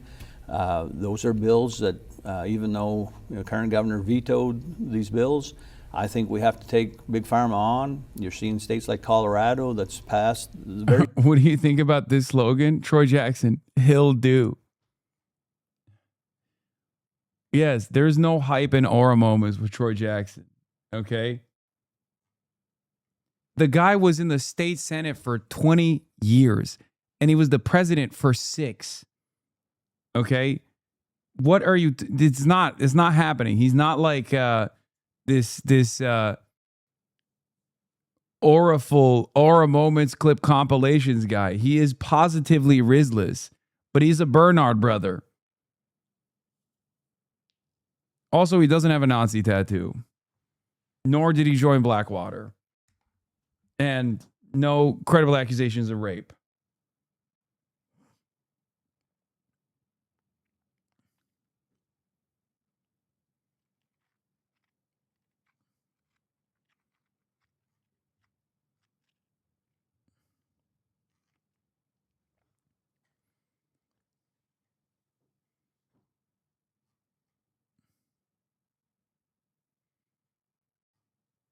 Same bills that we had vetoed here 3 years ago. We're that far behind already, and we can do those bills, lower the cost of prescription drugs, and I think it's imperative on us to go after Big Pharma and take these fights on. People need to know that the state government is going to be in their corner, and that's something that I feel strongly about. But I also think that we have to go after private equity in our hospitals, in our nursing homes, and things like that. You know, healthcare is not, in my mind, a for-profit industry. It's something that we have to make sure our residents, our people, have and know is going to be there. And right now, across Maine, people do not know that. They're struggling to find it. They're struggling to afford it. And as governor, I'm damn well going to be standing up and fighting for them that not only can they afford it, but they're going to be able to have it in their communities. Healthcare costs are certainly a nonpartisan issue, but it seems like a lot of times when these bills get to the legislature, they become more partisan. How important would it be for you to have a Democratic-controlled legislature, or can you work with Republicans on some of these big healthcare initiatives? Well, I don't see this as partisan either, but unfortunately sometimes it does become that way. But I mean, on these prescription drug bills, I mean, we were able to pass these bipartisanly. And I would hope that we could continue that because obviously it doesn't matter if you're Republican or Democrat, you need prescription drugs, you need health care. And I would, hope to continue to get support from both sides of the aisle on this, and I will certainly be talking to, both Republicans and Democrats about why this is important for their constituents across Maine. I mean, in Aroostook County, I mean, it's getting to be that, there's as many Republicans as Democrats in my old district, and they were still voting for me because they knew I was fighting for health care. So I'm not going to look at that as a partisan issue. I'm going to look at that as an issue that Mainers need, regardless of party affiliation. Yeah. Since you touched on it seems like there's been a shift, especially in Aroostook County, but throughout rural Maine. Areas that used to be traditionally Democrat have now shifted Republican. Certainly you're seeing that in Aroostook County. I guess, what do you think the Democratic Party can and should be doing to really go after these rural areas of Maine to rebuild your support there? I think regardless of the party, I think that people in Maine and probably across the United States want elected officials to be talking about economic issues. I mean, obviously you hear everybody talking about affordability now, but in my races, I mean, economics has been the issue all along. I mean, that's how I got started, fighting for jobs in the logging industry. But it's been healthcare, prescription drugs. I mean, nursing homes. We've lost 40% of our nursing homes in Maine, and you know, people are having a hard time to know, you know, where they're going to, you know, take their mom or dad whenever they get to that position, or you know, even for elders, like when you know, it comes to that time that they can't take care of their home, like what, you know, where are they going to get their health care? And these issues have become, and property tax reform, I mean, people are having a hard time paying their property taxes. All these issues have become a major problem for people across the state more than ever. And, you know, certainly for Democrats, I mean, we have to get back to economic issues, you know, talking about these issues, fighting for these issues. Regardless of the party, I think that is what people are going to flock to. If it's Democrats that want to talk about it or Republicans, that's where voters are going to go. And I know in my races, that's what have made people want to vote for me. That's what I've always fought for, and I believe that's why I've won my elections in the second CD. So you've mentioned a couple times now, you alluded to the fact that Governor Mills has vetoed numerous of your bills. I think you've said before that you believe she's vetoed more of your bills than perhaps anybody else. No. It's no secret in Augusta that you've had kind of a rocky, sometimes thorny relationship with the governor. How would you approach the job differently, or would you approach the job differently than Governor Mills has? So on lock in, you can't let the chatter saying he's boring win. I mean, they're not wrong. He is boring. It's true. This is politics. What, you think everyone's going to be fucking flashy? You think every person, this is a person who is a career politician, man. What are we talking about? Yeah, he's an old man with good policies. He's the best we're going to get. I don't think there's a hidden political talent waiting in the fucking darkness in the forests of Maine.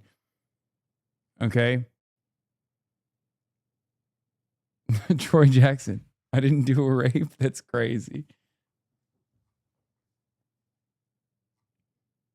I think I've spoiled you silly.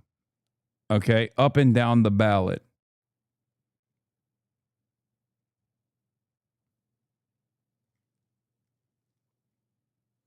I've spoiled you silly that you think every candidate is going to be like Maylot Quiros. Every candidate is going to be like Zoran Mamdani.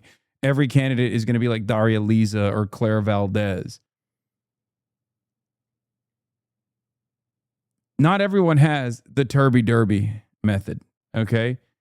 Yeah, not everyone is going to be like Abdul.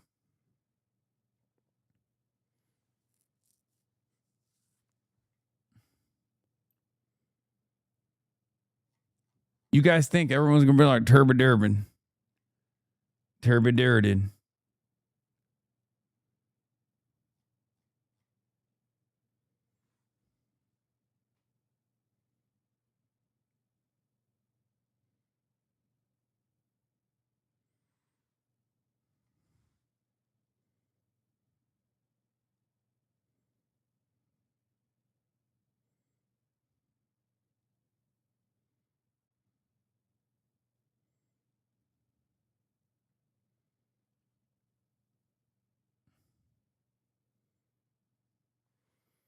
Troy Jackson, I'm a lumber guy.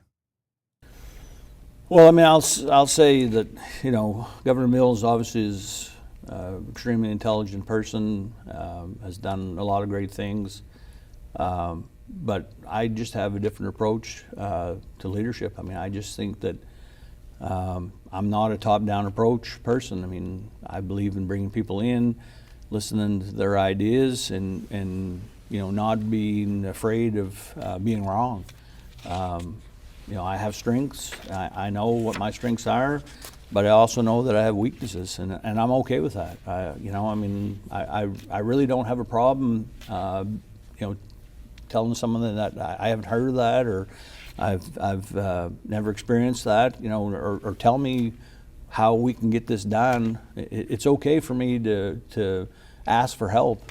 And that's how I'm going to approach being governor, is, you know, bring smart people in, bring people that know more about an issue than I do, and let's get to work and figure this out. And that's really what's exciting me about this job. I mean, just like when I was Senate President, putting the other senators in the committee positions, I'm looking forward to finding the best people for commissioner slots.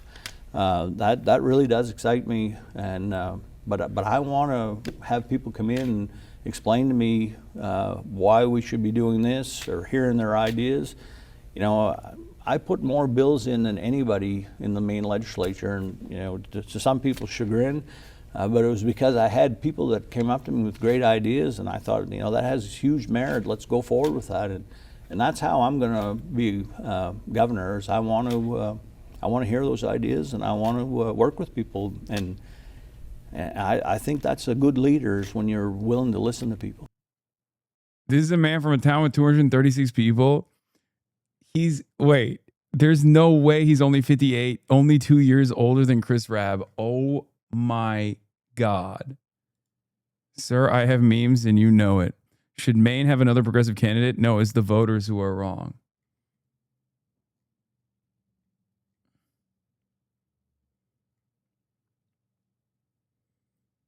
If Troy turns out to have skeletons in his closet too, I think we put an immediate moratorium on running candidates with quirky jobs like oyster farmers or lumberjacks. Brother, it's Maine. I'm sorry that you can't run a fucking, high-powered attorney who got fired from her job for writing a scathing but accurate assessment on Israel's genocidal crimes against the Palestinians in Maine. Like, not everywhere you're going to find... You're talking about a guy who's been in the state house for 30 years in Maine. Of course he's a loggerman or an oyster fisherman or whatever.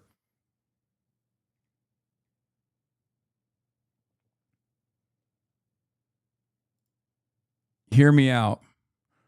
Yeah, Miss Rachel. Time for Miss Rachel to carpet bag back to Maine.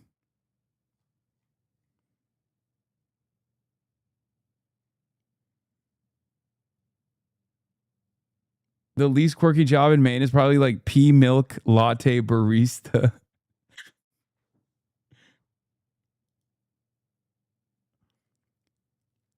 Thinking about that window of time after Tara Reade made her allegations, but before people decided they were lies, when like 4 major liberal feminists rolled out articles like this, I can't believe I had to vote for Joe Biden. Yeah.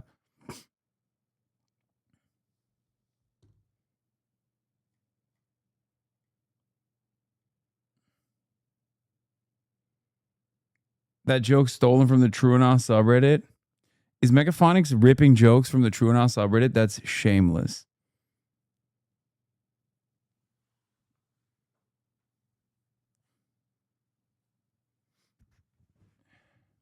I made those up by myself.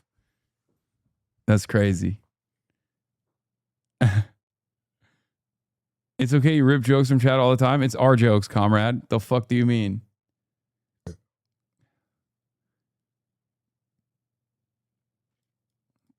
The contrast, a young dynamic rapist with alcohol issues, old as dirt workhorse with a stamp collection, may be able to beat a paper bag.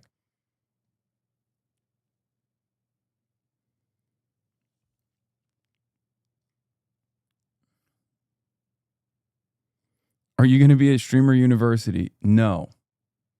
I don't believe I will be at Streamer University.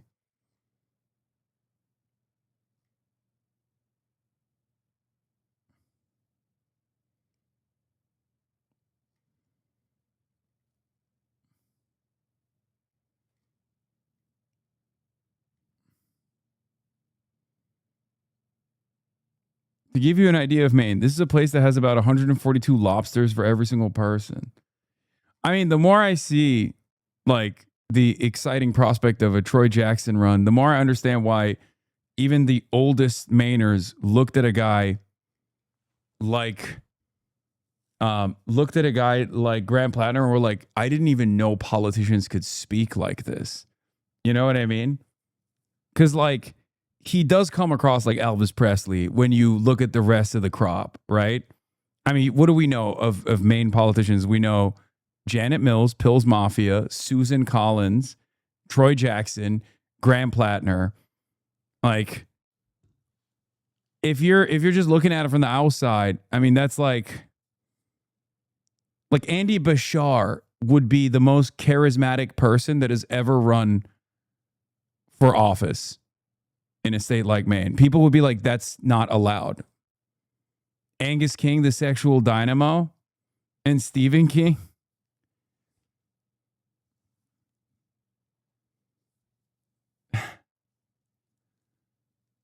They would look at a guy like Andy Bashar and be like, can he say that? Can he actually say those things? Like, I don't know. Is that allowed?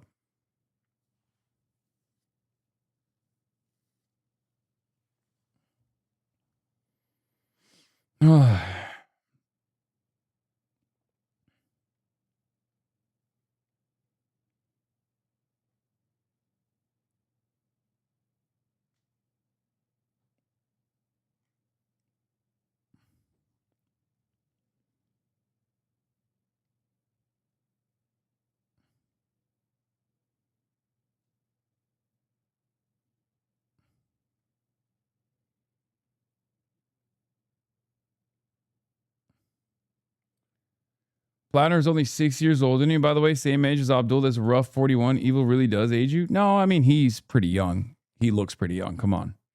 You can't be saying that while we're watching a Troy Jackson video compilation. Yeah, Troy Jackson, also like Chris Rabb, does capoeira. Is what I've heard. Anyway, all right, I'm gone for today. What a fucking roller coaster this was, huh? Anyway, we still got Abdul, baby. Still got Abdul.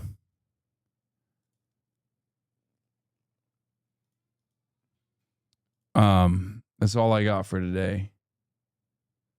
Also, hit us with one more. What gives? What gives? Matty Maroon, Trump's biggest donor. Trump's biggest donor, Matty Maroon.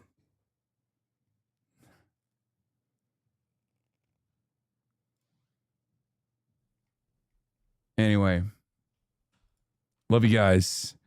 And I'm sure there will be plenty of discourse for tomorrow. I'll be back. Stay safe. Stunning lo-fi introduction, starting off the day. All the chatter's trickling in, hostile people hate. Sunny Los Angeles, California, says Hasan. Stun luck to the stun luck to the topics just begun. 'Cause there he is again, Hasan is streaming. Hasan is streaming. There is again, Hasan is streaming. Hasan is streaming. Reviewing a Chinese train, telling Kaya place. Sun and Asmin chatter loves, giving Greening's grace. Zoran winning NYC, woke two back with the force. The Rogan of the left, to me a dumb himbo still of course. The Charlie Kirk assassination, the Fear and Online show. 8 full fucking years of this, and plenty more to go. Doing fun stuff tomorrow, throw PBS up on the screen. A man-made horror reaction brought to you by this live stream. 'Cause there he is again, Hasan is streaming. Hasan is streaming. There he is again, Hasan is streaming. Hasan is streaming. Camped out in the DNC, IRL with March the Goat, combating the propaganda that shoved down people's throats. CBS Israeli news, a coup, a regime falls. A full-blown fascist takeover, and still the duty calls. Total radicalization coming out to sea. The system will always fail, it's up to you and me. On these daily streams, whether short or whether long, have helped millions of people keep it moving right along. 'Cause there he is again, Hasan is streaming, Hasan is streaming. There he is again, Hasan is streaming, Hasan is streaming. But hey, what can you say? That's BBS for you. But he'll play games real soon, just you wait. Say, hey, what can you say? That's BBS for you. But he'll move on real soon, just you wait. Ba-da-da, ba-da-da, ba-da-da-da-da-da. Hey, what can you say? That's BBS for you. But he'll pull your lungs real soon, just you wait. Sha-da-da, sha-da-da, sha-da-da-da-da-da. Hey, what can you say? That's BBS for you. But he'll do jet advice real soon, just you wait. But hey, what can you say? That's BBS for you. Brought on by viewers like you, just you wait. Just you wait.